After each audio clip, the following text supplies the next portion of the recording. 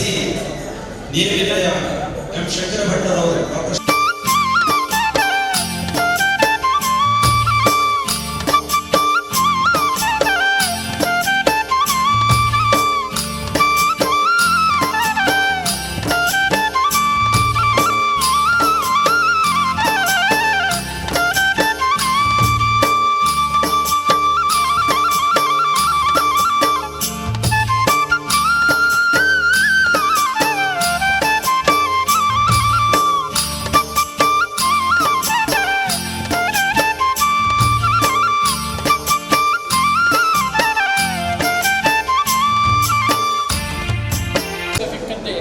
ಬಹಳ ಇದಾಗುತ್ತೆ.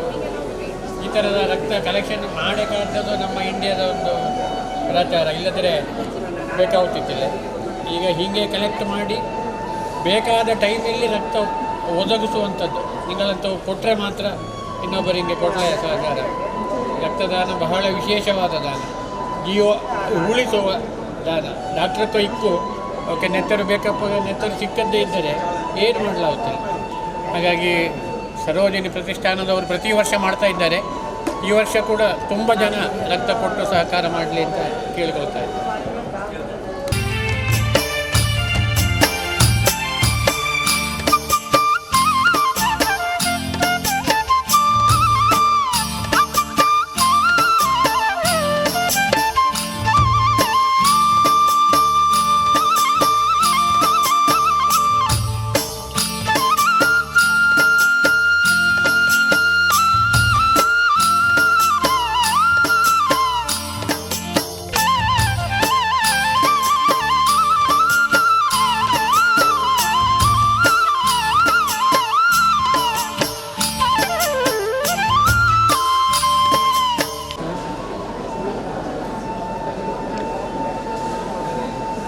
ಪ್ರಶಾಂತರಿಗೊಂದು ಚಪ್ಪಾಳೆ, ಎಲ್ಲರಿಗೂ ಸ್ಫೂರ್ತಿಯಾಗಿದೆ.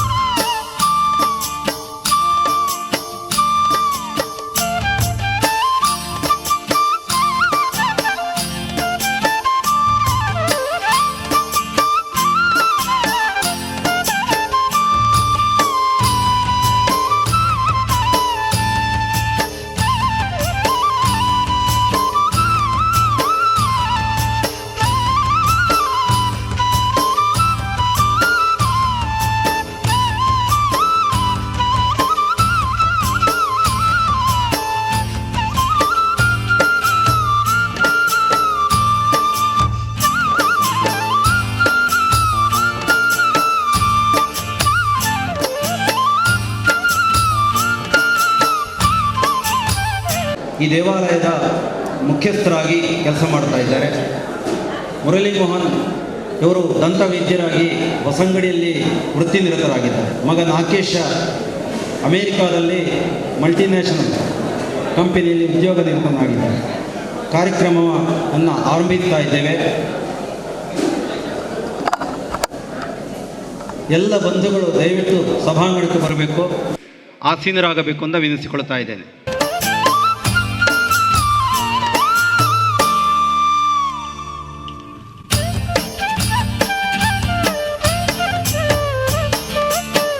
ಮೋಹನ್ರವರು ಸಭೆಯ ಅಧ್ಯಕ್ಷತೆಯನ್ನು ವಹಿಸಲಿರುವಂಥ ಶ್ರೀಯುತ ಎಂ ವಿ ಶಂಕರ ಭಟ್ ನೀರಬಿದರೆ, ಪುಸ್ತಕ ಬಿಡುಗಡೆ ಮಾಡಲಿರುವಂಥ ಶ್ರೀಯುತ ಸುಬ್ರಾಯ ಚೊಕ್ಕಾಡಿ, ಮುಖ್ಯ ಅತಿಥಿಗಳಾದಂತಹ ಡಾಕ್ಟರ್ ಎಂ ಪ್ರಭಾಕರ್ ಜೋಶಿ ಮತ್ತು ಶ್ರೀಯುತ ಆನಕಾರ ಗಣಪಯ್ಯ ಇವರನ್ನು ವೇದಿಕೆಗೆ ಕರೆತರಬೇಕೆಂದು ವಿನಂತಿಸಿಕೊಳ್ತಾ ಇದ್ದೇನೆ.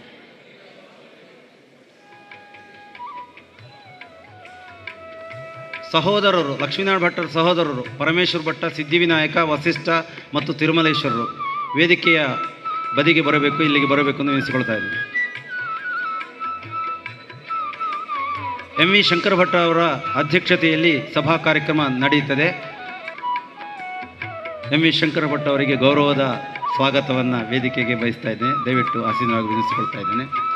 ಮುಖ್ಯ ಭಾಷಣವನ್ನು ಮಾಡಲಿರುವಂಥ ಡಾಕ್ಟರ್ ಎಂ ಪ್ರಭಾಕರ್ ಜೋಶಿ ಅವರಿಗೆ ಗೌರವದ ಸ್ವಾಗತವನ್ನು ಬಯಸ್ತಾ ಇದ್ದೇನೆ. ಪುಸ್ತಕ ಬಿಡುಗಡೆ ಮಾಡಲಿರುವಂಥ ಸುಬ್ರಾಯ ಚೊಕ್ಕಾಡಿ ಹಾಗೂ ಹಿರಿಯರು ಮಾರ್ಗದರ್ಶಕರಾದಂಥ ಶ್ರೀ ಆನೆಕಾರ ಗಣಪಯ್ಯ ಅವರನ್ನು ವೇದಿಕೆಗೆ ಬರಮಾಡಿಕೊಳ್ಳುತ್ತಿದ್ದೇವೆ. ಎಲ್ಲ ಬಂಧುಗಳು ದಯವಿಟ್ಟು ಆಸೀನರಾಗಿ, ಅಲ್ಲಿ ಇಲ್ಲಿ ಅಡ್ಡಾಡಬೇಡಿ. ವೈದಿಕ ಪ್ರಾರ್ಥನೆಯೊಂದಿಗೆ ಕಾರ್ಯಕ್ರಮವನ್ನು ಆರಂಭಿಸುತ್ತೇವೆ. ಈ ಕಾರ್ಯಕ್ರಮವನ್ನು ವೇದಮೂರ್ತಿಗಳಾದಂಥ ಶಂಭುಭಟ್ಟ ಚಾವಡಿ ಬಾಗಿಲು ಮತ್ತು ಸಂದೇಶ ಕಾಯಾರ ಇವರು ನಿರ್ವಹಿಸಿಕೊಡಬೇಕು ಅಂತ ವಿನಂತಿಸಿಕೊಳ್ತಾ ಇದ್ದೇನೆ. ದಯವಿಟ್ಟು ಎಲ್ಲರೂ ಕುಳಿತುಕೊಂಡೇ ಪ್ರಾರ್ಥಿಸೋಣ. ಯಾಮೃಷಯೋ ಮಂತ್ರಕೃತೋ ಮನೀಷಿಣಃ ಅನ್ವೈಚ್ಛಂ ದೇವಾಸ್ತಪಸಾಶ್ರಮೇಣ ತಾಂ ದೇವೀಂ ವಾಚಕಂ ಹವಿಷಾ ಜಜಾಮಹೇ ಸಾ ನೋ ದಧಾತು ಸುಕೃತಸ್ಯ ಲೋಕೆ ಚತ್ವಾರಿ ವಾಕ್ ಪರಿಮಿತಾ ಪದಾನಿ ತಾನಿ ವಿದುರ್ಬ್ರಾಹ್ಮಣಾಯೇ ಮನೀಷಿಣಃ ಗುಹಾತ್ರೀಣಿ ನಿಹಿತಾನೇಂಗಯಂತಿ ತುರೀಯಂ ವಾಚೋ ಮನುಷ್ಯಾ ವದಂತಿ. ಓಂ ಚೋದಯಿತ್ರೆ ಸೋದೃತಾನಾಗುಂ ಸೋದೃತಾನಾಂ ಚೋದಯಿತ್ರೆ ಸೋದೃತಾನಾಂ ಚೇತಂತಿ ಚೇತಂತಿ ಸೋದೃತಾನಾಂ ಚೋದಯಿತ್ರೆ ಸೋದೃತಾನಾಂ ಚೇತಂತಿ ಸೋದೃತಾನಾಂ ಚೇತಂತಿ ಚೇತಂತಿ ಸೋದೃತಾನಾಗುಂ ಸೋದೃತಾನಾಂ ಚೇತಂತಿ ಸುಮತೀನಾಗುಂ ಸುಮತೀನಾಂ ಚೇತಂತಿ ಸೋದೃತಾನಾಗುಂ ಸೋದೃತಾನಾಂ ಚೇತಂತಿ ಸುಮತೀನಾಂ ಚೇತಂತಿ ಸುಮತೀನಾಗುಂ ಸುಮತೀನಾಂ ಚೇತಂತಿ ಚೇತಂತಿ ಸುಮತೀನಾಂ ಸುಮತೀನಾಮಿತಿ ಸೋಮತೀನಾಂ ಯಜ್ಞಂ ದಧೆ ದಧೆ ಯಜ್ಞೈ ಯಜ್ಞಂ ದಧೆ ಸರಸ್ವತಿ ದಧೆ ಯಜ್ಞೈ ಯಜ್ಞಂ ದಧೆ ಸರಸ್ವತಿ ದಧೆ ಸರಸ್ವತಿ ಸರಸ್ವತಿ ದಧೆ ಸರಸ್ವತಿ ಸರಸ್ವತೀತಿ ಸರಸ್ವತಿ. ಓಂ 80ರ ಸಂಭ್ರಮ ಅಶೀತಿ ಈ ಕಾರ್ಯಕ್ರಮದಲ್ಲಿ ಎಲ್ಲ ಬಂಧುಗಳನ್ನು ಗಣ್ಯರನ್ನು ಸ್ವಾಗತ ಮಾಡಲಿಕ್ಕಿದ್ದಾರೆ. ಚುಂತಾರ ಲಕ್ಷ್ಮೀನಾರಾಯಣ ಭಟ್ಟರ ಹಿರಿಯ ಮಗ ಮಹೇಶ್ ಭಟ್ಟ ಇವರು ತಾನು ತಂದೆಯ ವೃತ್ತಿಯನ್ನು ಮುಂದುವರಿಸಿಕೊಂಡು ಬರ್ತಾ ಇದ್ದಾರೆ. ಜೊತೆಗೆ ಹವ್ಯಕ ವಲಯ ಈ ಚೊಕ್ಕಾಡಿಯ ದೇವಸ್ಥಾನದ ಆಡಳಿತ ಸಮಿತಿ ಅಧ್ಯಕ್ಷರಾಗಿ ಕೆಲಸ ಮಾಡ್ತಾ ಇದ್ದಾರೆ. ಎಲ್ಲರನ್ನ ಗೌರವದಿಂದ ಸ್ವಾಗತಿಸ್ತಾ ಬರಮಾಡಿಕೊಳ್ಳುತ್ತಾರೆ. ಆರಾಧ್ಯ ಮೂರ್ತಿ ಪ್ರಭು ಶ್ರೀರಾಮಚಂದ್ರನ ಪಾದಾರವಿಂದಕ್ಕೆ ವಂದಿಸಿಕೊಂಡು ನಮ್ಮ ಗುರುಪೀಠಕ್ಕೂ ಸಾಷ್ಟಾಂಗ ಪ್ರಣಾಮಗಳನ್ನು ಸಲ್ಲಿಸಿಕೊಂಡು ತಂದೆಯವರ ಪಾದಕ್ಕೆರಗಿ ಬಂದಂತಹ ಎಲ್ಲ ಬಂಧುಗಳಿಗೆ ಸಪ್ರೇಮ ವಂದನೆಗಳನ್ನು ಸಲ್ಲಿಸಿಕೊಂಡು ಇವತ್ತಿನ ಈ ಒಂದು ಸಭೆಗೆ ಎಲ್ಲರನ್ನು ಸ್ವಾಗತಿಸಲು ಬಹಳ ಸಂತೋಷ ಪಡ್ತಾ ಇದ್ದೇನೆ. ತಂದೆಯವರ ಹುಟ್ಟುಹಬ್ಬದ ಸಂಭ್ರಮ ಎಲ್ಲರಲ್ಲಿಯೂ ಪ್ರತಿ ವರ್ಷಕ್ಕೂ ಪ್ರತಿಯೊಬ್ಬರಿಗೂ ಹುಟ್ಟುಹಬ್ಬ ಎಂಬುದು ಇರುತ್ತದೆ. ಆದರೆ ಇದರಲ್ಲೇನು ವಿಶೇಷ ಅಂದರೆ ಹಾಗೇನಿಲ್ಲ, ಅಂತೂ ಬೂಟಾಟಿಕೆ ಎಲ್ಲ ಆಡಂಬರ ಖಂಡಿತ ಅಲ್ಲ. ನಮ್ಮದು ಪೌರೋಹಿತ್ಯ ವೃತ್ತಿ. ಸಮಾಜಕ್ಕೆ ಉತ್ತಮ ಸಂದೇಶಗಳನ್ನು ಕೊಡುವಂಥದ್ದು ನಮ್ಮ ಆಚರಣೆಗಳು, ನಮ್ಮ ನಡವಳಿಗಳು. ಅದು ಸಮಾಜಕ್ಕೆ ಒಂದು ಮಾರ್ಗದರ್ಶಿ ಆಗಿರಬೇಕಾದ್ದು ನಮ್ಮ ಕರ್ತವ್ಯ. ಆ ಕರ್ತವ್ಯ ಪ್ರಜ್ಞೆಯನ್ನು ಗಮನದಲ್ಲಿಟ್ಟುಕೊಂಡು ತಂದೆಯವರ ಈ ಒಂದು 80ನ ಒಂದು ಘಟ್ಟ, ಅದು 60, 70, 80 ಇದನ್ನು ಬಹಳ ಅರ್ಥಪೂರ್ಣವಾಗಿ ಆಚರಿಸಬೇಕೆನ್ನುವುದು ನಮ್ಮೆಲ್ಲರ ಆಶಯವಾಗಿತ್ತು. ತಂದೆಯವರಿಗೆ ಸ್ವಲ್ಪ ಆರೋಗ್ಯ ಈಗೀಗ ಕೈಕೊಡ್ತಾ ಇತ್ತು. ಆದರೂ ಏನಾಗಲಿಕ್ಕಿಲ್ಲ, ತಂದೆಯವರು ಸಭೆಗೆ ಬಂದವರೆಂಬ ಧೈರ್ಯದಿಂದ ನಾವೆಲ್ಲ ಸೇರಿ ಈ ಒಂದು ಕಾರ್ಯಕ್ರಮವನ್ನು ಇಲ್ಲಿ ಹಮ್ಮಿಕೊಂಡಿದ್ದೇವೆ. ಇವತ್ತಿನ ಈ ಸಭೆಯ ಅಧ್ಯಕ್ಷರು ಯಾರಾಗ್ಬೋದು ಅಂತ ಆಲೋಚನೆ ಮಾಡುವಾಗ ನಮಗೆ ಹೊಳೆದದ್ದು ಎಂ ವಿ ಶಂಕರ್ ಭಟ್ ನೀರಬಿದಿರೆಯವರು. ನಮ್ಮ ಆತ್ಮೀಯ ಶಿಷ್ಯವರ್ಗದವರಲ್ಲಿ ಒಬ್ಬರು. ಮಂಗಳೂರಿನಲ್ಲಿ ನೀರಬಿದಿರೆ ಸಮೀಪದ ದೊಗ್ಗಲಡ್ಕದ ನೀರಬಿದಿರೆಯವರ ಹುಟ್ಟೂರು. ಸುಮಾರು ವರ್ಷಗಳಿಂದ ಮಂಗಳೂರಿನಲ್ಲಿ ವಕೀಲ ವೃತ್ತಿಯನ್ನು ಮಾಡುತ್ತಾ ಬಹಳ ಜನಾನುರಿಯಾಗಿದ್ದಾರೆ. ನಮಗೆ ಕಷ್ಟದಲ್ಲಿ ತುಂಬ ಸಹಾಯವನ್ನು ಕೂಡ ಮಾಡಿದಂತಹ ಶಂಕರ್ ಭಟ್ರು. ಅದು ಇಡೀ ನೀರಬಿದಿರೆ ಮನೆತನ ಯಾವತ್ತೂ ಗುರುಗಳು ಪುರೋಹಿತರು ಅಂದರೆ ಗುರುಪೀಠಕ್ಕೆ ಸಮಾನ ಅಂತ ಬಾಯಿಸಿಕೊಂಡಿರುವಂತಹ ನೀರಬಿದಿರೆಯವರು. ಅಂತಹ ಎಂ ವಿ ಶಂಕರ್ ಭಟ್ ಇವತ್ತಿನ ಈ ಸಭೆಗೆ ಅಧ್ಯಕ್ಷರಾಗಿ ಬಂದಿದ್ದಾರೆ. ಅವರನ್ನು ಎಲ್ಲರ ಪರವಾಗಿ ಪ್ರೀತಿಯಿಂದ ಸ್ವಾಗತಿಸ್ತಾ ಇದ್ದೇನೆ. ಇವತ್ತಿನ ಸಭೆಗೆ ಮುಖ್ಯ ಭಾಷಣಗಾರರಾಗಿ ಅತಿಥಿಗಳಾಗಿ ಬಂದಿರುವವರು ಡಾಕ್ಟರ್ ಎಂ ಪ್ರಭಾಕರ್ ಜೋಶಿ, ಖ್ಯಾತ ಅರ್ಥಧಾರಿಗಳು, ಸಾಹಿತಿಗಳು. ಅವರು ಕೈಯಾಡಿಸದ ಕ್ಷೇತ್ರ ಇಲ್ಲ. ಅಂತಹ ಪ್ರಭಾಕರ್ ಜೋಶಿ ಅವರು ಇವತ್ತು ಮುಂದಿನ ತಾಳಮದ್ದಲೆಯಲ್ಲಿ ಕೂಡ ಅರ್ಥಧಾರಿಗಳಾಗಿದ್ದಾರೆ. ಅವರು ಈ ಸಭೆಗೆ ಮುಖ್ಯ ಅತಿಥಿಗಾಳಿ, ಮುಖ್ಯ ಭಾಷಣಗಾರರಾಗಿ ಬಂದಿದ್ದಾರೆ. ನಮ್ಮ ಕೇಳಿಕೆಯ ಮೇರೆಗೆ ಅವರಿಗೂ ಕೂಡ ಹೃತ್ಪೂರ್ವಕವಾದ ಸ್ವಾಗತವನ್ನು ಬಯಸ್ತಾ ಇದ್ದೇನೆ. ಇವತ್ತಿನ ಸಭೆಯಲ್ಲಿ ತಂದೆಯವರ ನೆನಪಿನ ಗ್ರಂಥ ಅಶೀತಿಯ ಪುಸ್ತಕವನ್ನು ಬಿಡುಗಡೆ ಮಾಡಲಿಕ್ಕಿದ್ದಾರೆ ಖ್ಯಾತ ಸಾಹಿತಿಗಳು ಸುಬ್ರಾಯ ಚೊಕ್ಕಾಡಿಯವರು. ನಮ್ಮ ಆತ್ಮೀಯ ಶಿಷ್ಯ ವರ್ಗದವರು. ಅವರ ಬಗ್ಗೆ ನಾನು ಹೆಚ್ಚೇನು ಹೇಳುವುದಿಲ್ಲ, ಎಲ್ರಿಗೂ ಗೊತ್ತು. ಅಂತಹ ಸುಬ್ರಾಯ ಚೊಕ್ಕಾಡಿಯವರನ್ನು ಕೂಡ ಪ್ರೀತಿಯಿಂದ ಆಮಂತ್ರಿಸ್ತಾ ಇದ್ದೇವೆ. ಇನ್ನೊಬ್ಬರು ಮುಖ್ಯ ಅತಿಥಿಗಳು ಶ್ರೀಯುತ ಆನೇಕಾರ ಗಣಪಯ್ಯನವರು. ನಾವು ಅವರಿಗೆ ಪೌರೋಹಿತ್ಯ, ಆದರೆ ಈ ಚೊಕ್ಕಾಡಿಯಲ್ಲಿ ನನಗೆ ಅವರು ಗುರುಗಳು.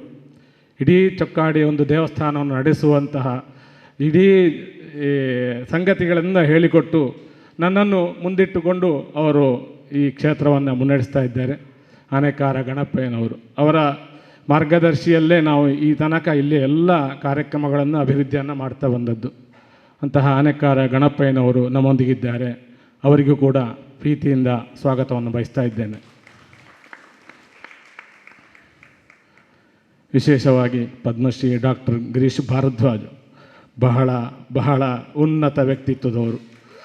ಅವರು ನಮ್ಮೊಂದಿಗಿದ್ದಾರೆ ಅನ್ನೋದೇ ನಮಗೊಂದು ರೋಮಾಂಚನ ಕೊಡ್ತಾ ಇದೆ. ಅಂತಹ ಡಾಕ್ಟರ್ ಗಿರೀಶ್ ಭಾರದ್ವಾಜ್ ಇವರಿಗೂ ಕೂಡ ಪ್ರೀತಿಯಿಂದ ಸ್ವಾಗತವನ್ನು ಬಯಸ್ತಾ ಇದ್ದೇನೆ.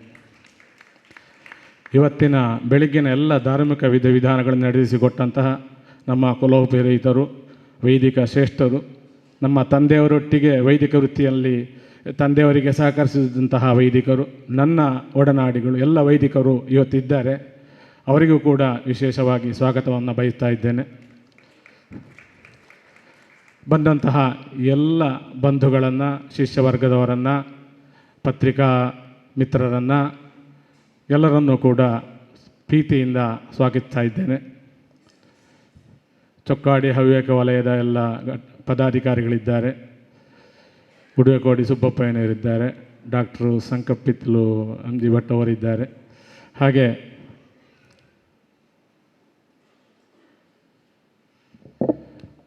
ಹಾಗೆ ಬಂದಂತಹ ಎಲ್ಲ ಬಂಧುಗಳನ್ನು ಪ್ರೀತಿಯಿಂದ ಸ್ವಾಗತಿಸ್ತಾ ವೇದಿಕೆಯ ಗಣ್ಯರಿಗೆ ಶಾಲು ಹೊದಿಸಿ ನಮ್ಮ ಗೌರವವನ್ನು ಸಲ್ಲಿಸಲಿಕ್ಕಿದ್ದೇವೆ.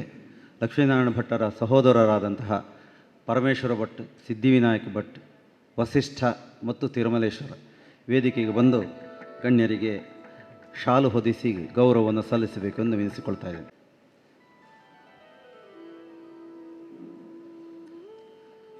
ಸಭೆಯ ಅಧ್ಯಕ್ಷತೆಯನ್ನು ವಹಿಸಿ ಎಂ ವಿ ಶಂಕರ್ ಭಟ್ರಿಗೆ ಪರಮೇಶ್ವರ ಭಟ್ ಅವರು ಪುಸ್ತಕ ಬಿಡುಗಡೆ ಮಾಡಿರುವ ಕವಿ ಸುಬ್ರಾಯ ಚೊಕ್ಕಾಡಿ ಅವರಿಗೆ ಸಿದ್ಧಿವಿನಾಯಕರು,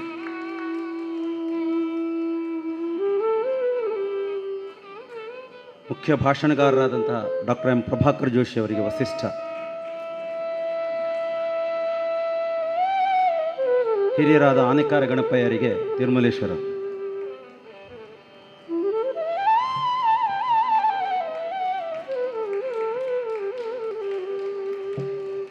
ಇದೀಗ ಕಾರ್ಯಕ್ರಮದ ಜ್ಯೋತಿ ಬೆಳಗುವಿಕೆಯೊಂದಿಗೆ ಚಾಲನೆ ಕೊಡಬೇಕು ಅಂತ ಎಲ್ಲ ವೇದಿಕೆಯ ಹಿರಿಯರಿಗೆ ಗಣ್ಯರಿಗೆ ವಿನಂತಿಸಿಕೊಳ್ತಾ ಇದ್ದೇನೆ.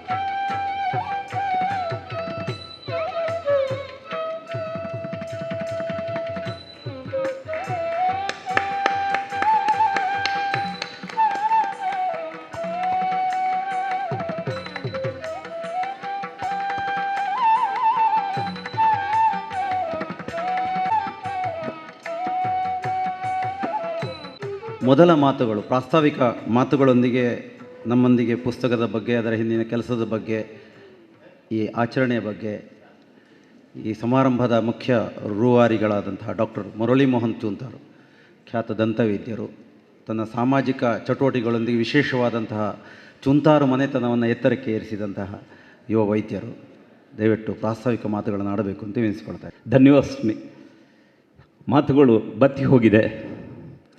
ಯಾಕೆಂದರೆ ಇದೊಂದು ವಿಶೇಷವಾದಂತಹ ಸಮಾರಂಭ. ಇದೇ ವೇದಿಕೆಯಲ್ಲಿ ನಾವು 6 ವರ್ಷಗಳ ಹಿಂದೆ ಚೂಂತಾರು ಸರೋಜಿನಿ ಪ್ರತಿಷ್ಠಾನವನ್ನು ಆ ತಾಯಿಯ ನೆನಪಲ್ಲಿ ಉದ್ಘಾಟನೆ ಮಾಡಿದ್ವಿ. ಸುಬ್ಬರಾಯ ಚಕ್ಕಾಡಿಯವರು ಸಾಮಾಜಿಕ ಚಟುವಟಿಕೆಗಳಿಗೆ ಪೂರಕವಾಗುವಂತಹ ಒಂದು ಪ್ರತಿಷ್ಠಾನವನ್ನು ನಾವು ಉದ್ಘಾಟನೆ ಮಾಡಿದ್ವಿ.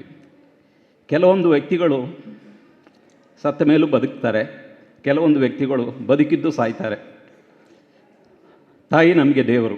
ಆ ತಾಯಿಯ ನೆನಪು ಯಾವತ್ತೂ ಇರಬೇಕು ಅಂಥೇಳಿ ಅವರ ಬಳಿಕವೂ ಅವರ ಹೆಸರು ಚಿರಸ್ಮರಣೀಯ ಆಗಬೇಕು ಅನ್ನುವ ಉದ್ದೇಶದಿಂದ ಪ್ರತಿಷ್ಠಾನವನ್ನು ಹುಟ್ಟುಹಾಕಿ ನಮ್ಮಿಂದಾದಂತಹ ಒಂದು ಕೆರೆಯ ನೀರನ್ನು ಕೆರೆಗೆ ಚೆಲ್ಲಿ ಅಂತ ಒಂದು ತತ್ವದೊಂದಿಗೆ ನಾವು ಸಾಮಾಜಿಕ ಸಾಂಸ್ಕೃತಿಕ ಚಟುವಟಿಕೆಗಳನ್ನು ಮಾಡಿಕೊಂಡು ಮುಂದುವರಿಸ್ತಾ ಬರ್ತಾ ಇದ್ದೇವೆ. ನಮ್ಮ ವೈದಿಕ ಕುಟುಂಬದ ಪರಂಪರೆ ಏನಿದೆ, ಚೂಂತಾರು ಮಹಾಲಿಂಗೇಶ್ವರ ಭಟ್ರು ಏನು ನಮಗೆ ದಾರಿ ತೋರಿಸಿದ್ದಾರೆ, ನಮ್ಮ ಅಜ್ಜ ವೈದಿಕ ಕುಟುಂಬ, ಅದನ್ನು ನಮ್ಮ ತಂದೆಯವರು, ಇವತ್ತು ನನ್ನ ಅಣ್ಣ, ಎಲ್ಲವೂ ಸಹ ನಾವು ಸಮಾಜಕ್ಕೆ ಒಂದು ಹೇಗೆ ನಡಿಬೇಕು ಅಂತೇಳಿ ನಾವು ತೋರಿಸಿಕೊಡ್ತಾ ಇದ್ದೇವೆ. ಅದಕ್ಕೆ ಪೂರಕವಾಗಿ ಸರೋಜಿನಿ ಪ್ರತಿಷ್ಠಾನವನ್ನು ನಡೆಸಿಕೊಂಡು ಬಂದಿದ್ದೇವೆ. ಇವತ್ತು ನಮಗೆಲ್ಲ ಒಂದು ವಿಶೇಷವಾದಂತಹ ದಿನ. ಎಲ್ಲರಿಗೂ ಈ ಭಾಗ್ಯ ಸಿಗುವುದಿಲ್ಲ. ನಾವೆಲ್ಲ 80 ವರ್ಷ ಬದುಕುತ್ತೇವೆ ಅಂತ ಹೇಳುವ ಒಂದು ಆಲೋಚನೆಯೂ ನಮಗಿಲ್ಲ. ಅಂತಹ ಒಂದು ಈಗಿನ ಪರಿಸ್ಥಿತಿ ಆಗಿದೆ.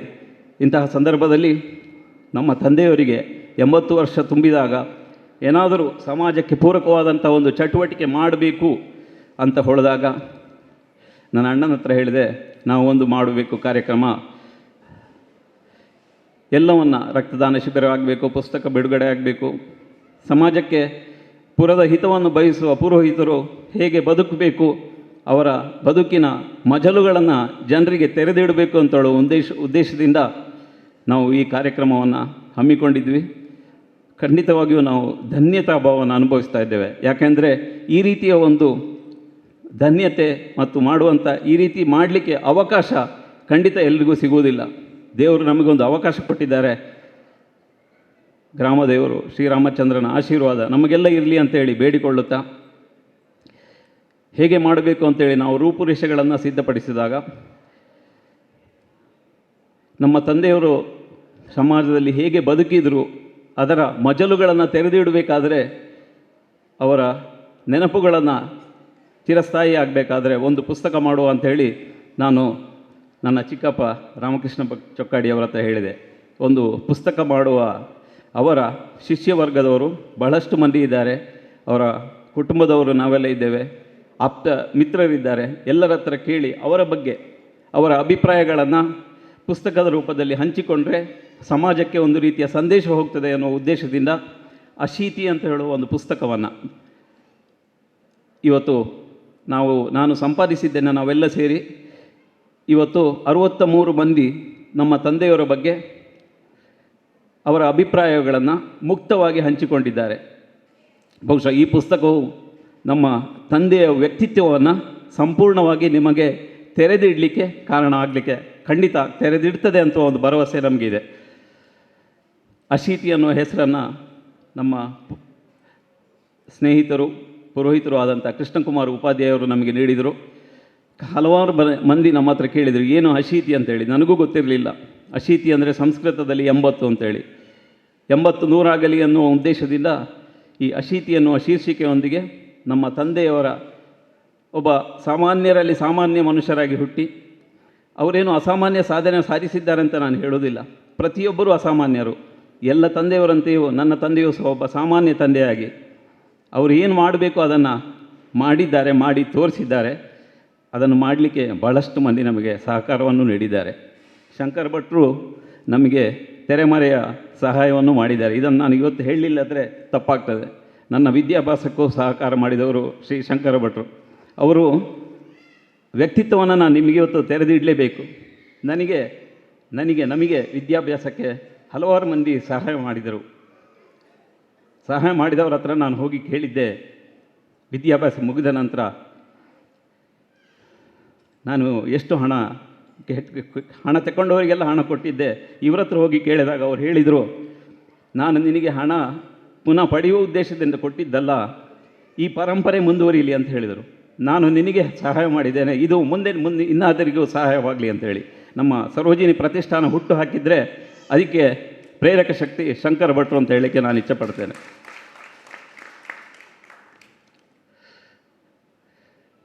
ಇನ್ನು ಪುಸ್ತಕದ ಬಗ್ಗೆ ಹಿರಿಯರಾದಂಥ ಸುಬ್ರಾಯ ಚೊಕ್ಕಾಡಿಯವರು ಹೇಳಲಿಕ್ಕಿದ್ದಾರೆ, ಪ್ರಭಾಕರ ಜೋಶಿಯವರು, ವಿದ್ವಾಂಸರು ಎಲ್ಲರೂ ಮಾತಾಡಲಿಕ್ಕಿದ್ದಾರೆ.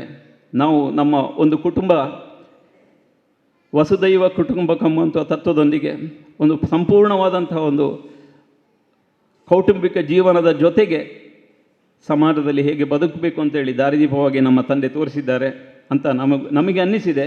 ಇದನ್ನು ಈ ನಮ್ಮ ಸಂತೋಷವನ್ನು ನಿಮ್ಮೆಲ್ಲರ ಜೊತೆ ಹಂಚಿಕೊಳ್ಳಬೇಕು ಅಂತ ಹೇಳುವ ಒಂದು ಏಕೈಕ ಉದ್ದೇಶದಿಂದ ಇವತ್ತು ಈ ಕಾರ್ಯಕ್ರಮವನ್ನು ನಾವು ಆಯೋಜಿಸಿದ್ದು. ನೀವೆಲ್ಲ ಬಂದಿದ್ದೀರಾ, ನಮಗೆ ಬಹಳ ಸಂತೋಷ ಆಗಿದೆ. ನಮ್ಮ ತಂದೆಯವರಿಗೆ 100 ವರ್ಷ ಬದುಕುವಂತಹ ಒಂದು ಆಶೀರ್ವಾದ ಗ್ರಾಮದೇವತೆ ಶ್ರೀರಾಮಚಂದ್ರ ಅನುಗ್ರಹಿಸಲಿ. ನಮ್ಮೆಲ್ಲರಿಗೂ ಅವರ ಆಶೀರ್ವಾದ ಸದಾ ಇರಲಿ. ಎಲ್ಲರೂ ಅವರ ಆಶೀರ್ವಾದವನ್ನು ಪಡೆದು ಪುನೀತರಾಗೋಣ ಅಂತ ಹೇಳುತ್ತಾ ಅವಕಾಶಕ್ಕಾಗಿ ವಂದಿಸಿ ನನ್ನ ಮಾತುಗಳಿಗೆ ವಿರಾಮ ಹಾಡುತ್ತೇನೆ. ಧನ್ಯವಾದಗಳು. ಬಿಡುಗಡೆಯ ಮುನ್ನೊಂದೆರಡು ಮಾತು. ದೇರಾಜೆ ಸೀತಾರಾಮಯ್ಯ ಅವರ ಕರ್ಮಭೂಮಿ ಇದು. ಅವರ ಪುಣ್ಯ ಪಾದಗಳು ಸ್ಪರ್ಶಿಸಿದ ಓಡಾಡಿದ ನೆಲ ಇದು. ಈ ನೆಲವನ್ನು ಸಾಂಸ್ಕೃತಿಕವಾಗಿ ಬಹಳ ಸುಪುಷ್ಟಗೊಳಿಸಿದಂಥ ಅವರ ಮೇರು ಸದೃಶ ವ್ಯಕ್ತಿಯವರು.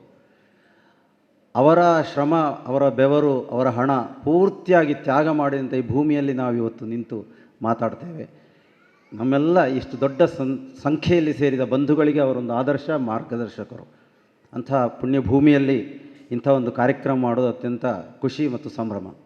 ಎರಡನೇದಾಗಿ 300 ವರ್ಷಗಳ ಹಿಂದೆ ಕೊಲ್ಲಾಪುರದಿಂದ ಬಂದ ಕುಟುಂಬ ನಾವು, ಚೂಂತಾರ ಫ್ಯಾಮಿಲಿಯವರು. ರಾಮ ಭೀಮ ಅಂತ ಇಬ್ಬರಿದ್ದರು. ಯರಮುಂಜ ಕುಟುಂಬದವರಾಗಿ ತಂಟೆಪ್ಪಾಡಿ, ಕಾಯಾರ, ಚೂಂತಾರು ಹೀಗೆ 3 ಕವಲುಗಳಾಗಿ ನಾವು ಇಲ್ಲಿ ನೆಲೆ ನಿಂತವರು. ಹಾಗೆ ಚೂಂತಾರು ಮಹಾಲಿಂಗೇಶ್ವರ ಭಟ್ರ ಪರಂಪರೆಯಾಗಿ ನಾವು, ಅವರ ತಂದೆ ಪರಮೇಶ್ವರ ಭಟ್ರು ಪುರೋಹಿತರು. 2 ಘಟನೆಗಳು ನಡೆಯಿತು. ಒಂದು, ಚೂಂತಾರು ಮಹಾಲಿಂಗೇಶ್ವರ ಭಟ್ರಿಗೆ ಇದೇ ವೇದಿಕೆಯಲ್ಲಿ ಸನ್ಮಾನ ನಡೆದಿತ್ತು. ಉಡುಕೋಣಿ ನಾರಾಯಣರ ಘನ ಅಧ್ಯಕ್ಷತೆಯಲ್ಲಿ ಸುಬ್ಬಪ್ಪಯ್ಯನವರು ಇಲ್ಲಿದ್ದಾರೆ. ಅದನ್ನು ನೆನಪಿಸ್ಕೊಳ್ಳೋದಕ್ಕೆ ಇಷ್ಟಪಡ್ತೀನಿ. ಇದೇ ವೇದಿಕೆಯಲ್ಲಿ ಅನೇಕಾರು ಕೂಡ ಇದ್ದರು. ಭಾಳಷ್ಟು ಜನರ ಮುತುವರ್ಜಿಯಿಂದ ಚೂಂತಾರು ಮಹಾಲಿಂಗೇಶ್ವರ ಭಟ್ರಿಗೆ ಅಂದರೆ ಲಕ್ಷ್ಮೀನಾರಾಯಣ ನಮ್ಮೆಲ್ಲರ ತಂದೆಯರಿಗೆ ಸನ್ಮಾನ ನಡೆದಿತ್ತು ಈ ವೇದಿಕೆಯಲ್ಲಿ.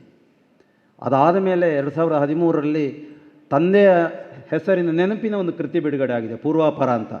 ಸುಬ್ರಾಯ ಚೊಕ್ಕಾಡಿಯವರೇ ಅದನ್ನು ಬಿಡುಗಡೆಗೊಳಿಸಿದ. ಅನೇಕಾರರು ಇದ್ದಾರೆ.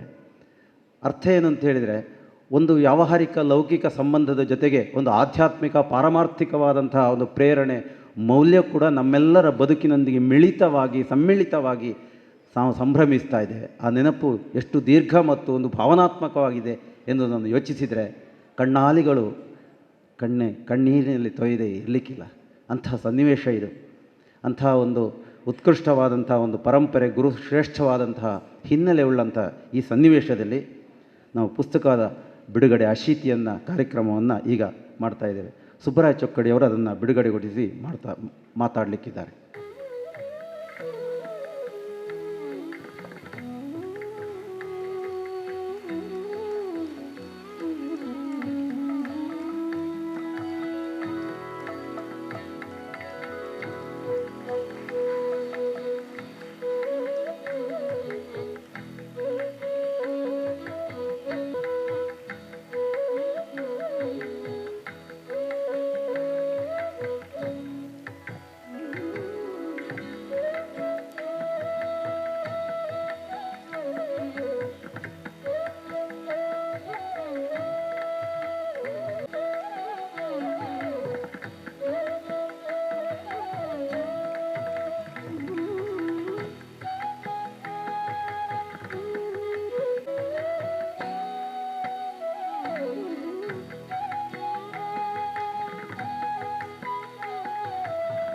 ಹಿರಿಯರಾಗಿ ನಮಗೆಲ್ಲ ಮಾರ್ಗದರ್ಶಕರು.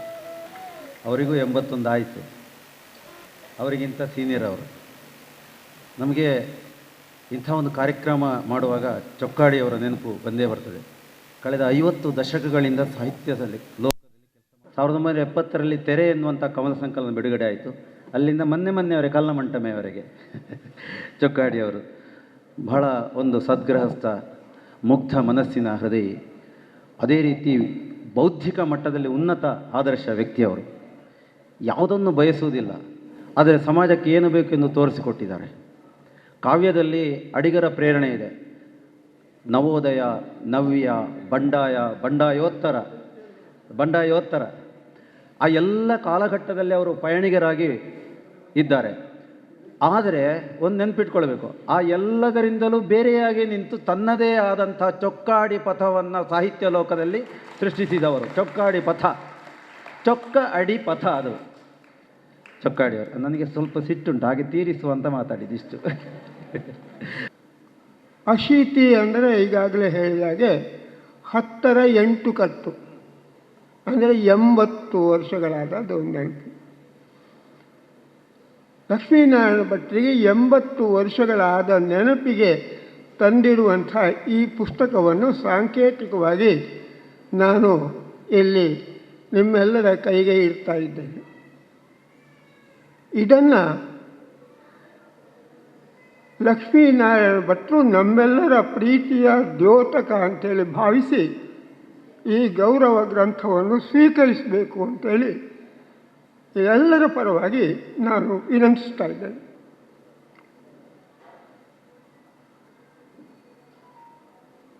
ಎಂಬತ್ತು ವರ್ಷಗಳಾಗುವುದು ಅದೇ ಆಗ ಇವರು ಹೇಳಿದ ಹಾಗೆ ಇವತ್ತಿನ ದಿನಗಳಲ್ಲಿ ಸ್ವಲ್ಪ ಕಷ್ಟದ ಕೆಲಸ.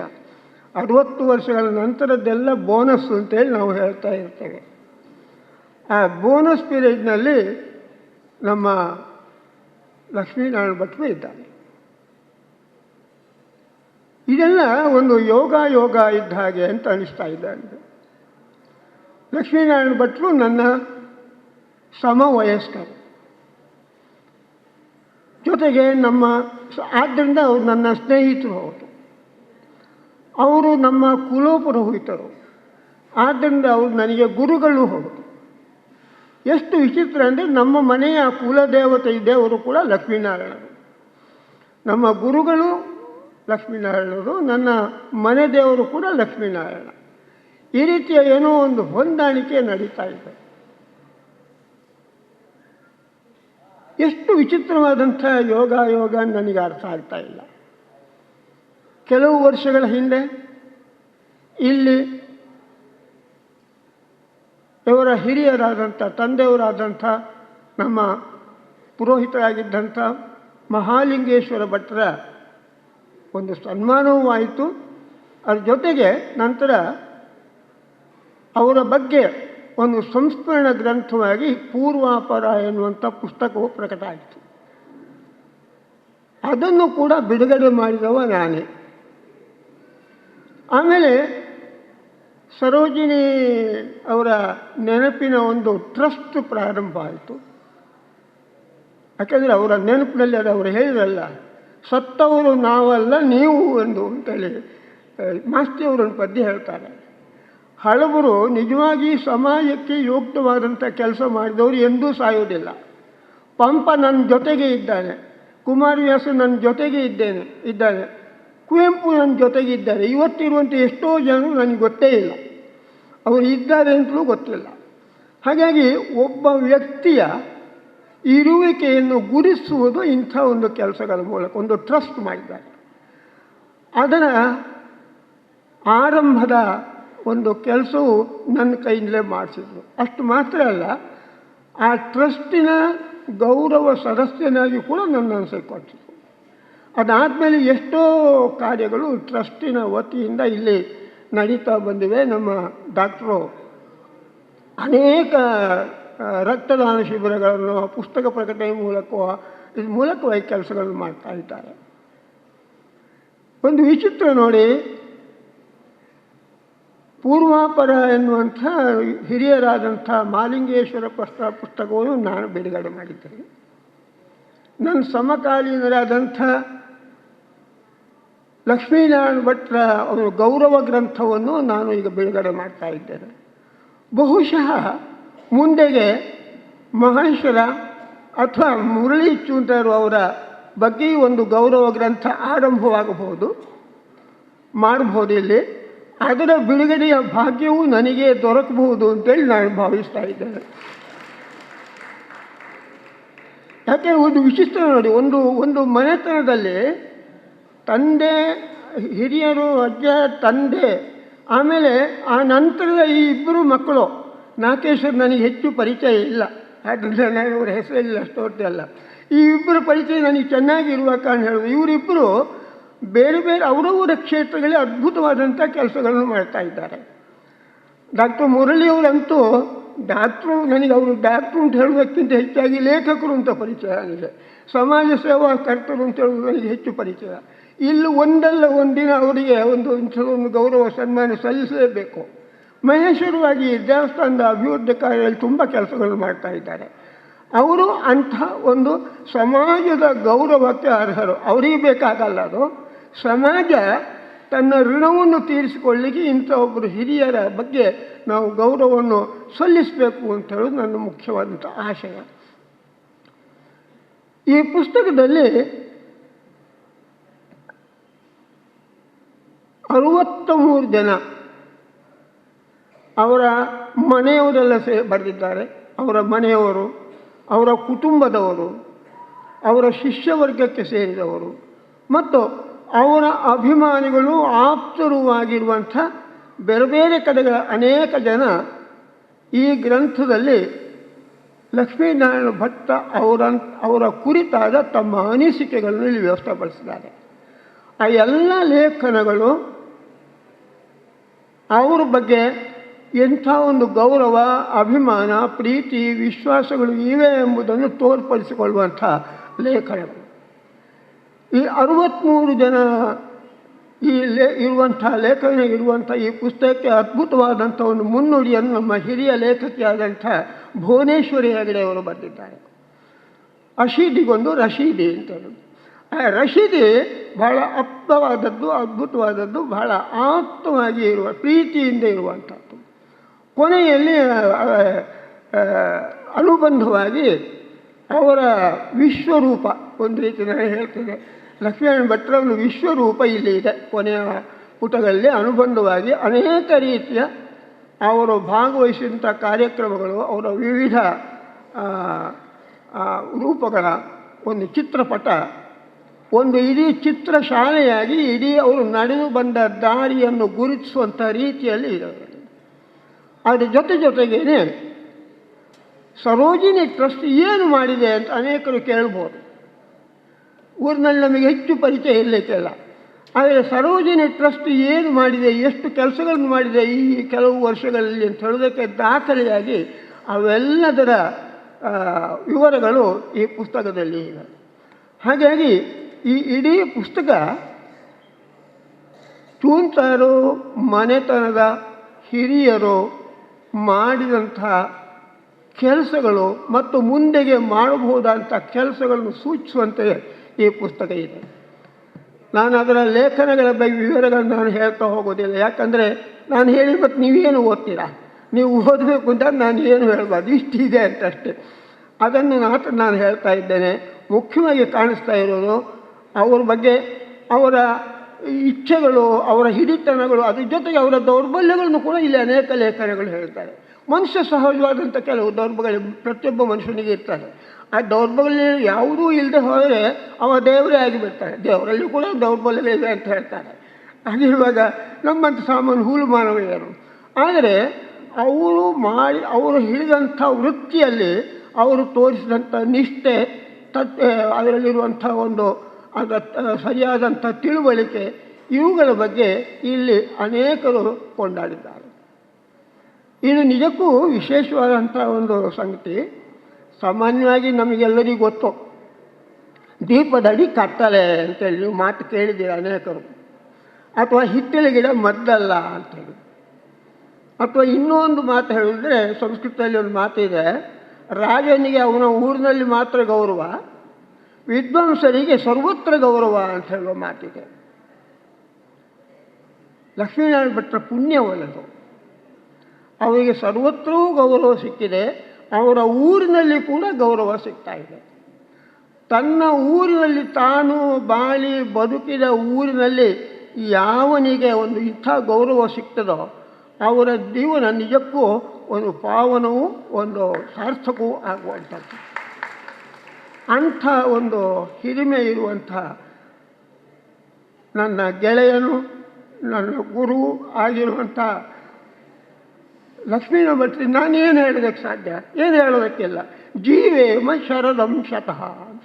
ನಮಸ್ಕಾರ. ಅವರು ಒಂದೊಂದು ಪುಸ್ತಕವನ್ನು ತೆಕ್ಕೊಳ್ಬೇಕು. ಅದಕ್ಕೆ 200 ರೂಪಾಯಿ ಮುಖಬೆಲೆಯಿದೆ. ಯಾರು ನೀವು ದುಡ್ಡು ಕೊಡುವ ಅವಶ್ಯಕತೆ ಇಲ್ಲ. ಆದರೆ ಒಂದು ನಿಮಗೇನಾದ್ರು ಕೊಡಬೇಕು ಅಂತ ಇದ್ದರೆ, ಗುರುಕಾಣಿಕೆಯಾಗಿ ಸಮರ್ಪಿಸಬೇಕೆಂದಿದ್ದರೆ ಆ ಪುಸ್ತಕದ ರೂಪದಲ್ಲಿ ಅಲ್ಲೊಂದು ಕಾಣಿಕೆ ಡಬ್ಬಿ ಇಟ್ಟಿದ್ದೇವೆ, ದಯವಿಟ್ಟು ಅದಕ್ಕೆ ಹಾಕಿ. ನಿಮಗೆ ಎಷ್ಟು ಕೊಡಬೇಕೋ ಅಷ್ಟು ಮನಸ್ಸಿದ್ದಷ್ಟು ಆ ಕಾಣಿಕೆ ಡಬ್ಬದಲ್ಲಿ ಹಾಕಬಹುದು. ಯಾರು ಪುಸ್ತಕಕ್ಕೆ ರೇಟ್ ಕೊಡುವುದು ಬೇಡ. ಜೊತೆಗೆ ಆ ಕಾಣಿಕೆ ಡಬ್ಬಿಯಲ್ಲಿ ಏನು ಸಂಗ್ರಹವಾಗ್ತದೆ ಅದು ಈ ಸಮಾರಂಭದ ಹೆಸರಿನಲ್ಲಿ ನೀವೆಲ್ಲ ಕೊಟ್ಟ ಕೊಡುಗೆ ಎನ್ನುವಂಥ ಸ್ಮರಣೆಯಲ್ಲಿ ನಾವು ಚೊಕ್ಕಾಡಿ ರಾಮದೇವಾಲಯದ ಅಭಿವೃದ್ಧಿಗೆ ಅದನ್ನು ಸಮರ್ಪಿಸಿದ್ದೇವೆ.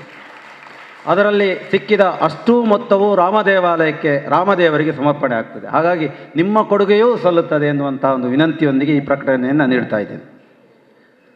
ಬಂಧುಗಳೇ, ಇವರು ನಮ್ಮ ಕುಟುಂಬದ ಹಿರಿಯರು 2 ಅನಿಸಿಕೆಯನ್ನು ಹೇಳಲಿಕ್ಕಿದ್ದಾರೆ. ಮೊದಲಿಗೆ ನಮ್ಮ ಮನೆತನದ ಮೂಲ ಮನೆಯ ಕಾಯರದ ಶಾಂತಕುಮಾರ್ ಭಟ್ರು ಅವರವರ ಜನ್ಮದಿನವನ್ನು ಆಚರಣೆ ಮಾಡ್ತಾರೆ, ಹುಟ್ಟುಹಬ್ಬವನ್ನು.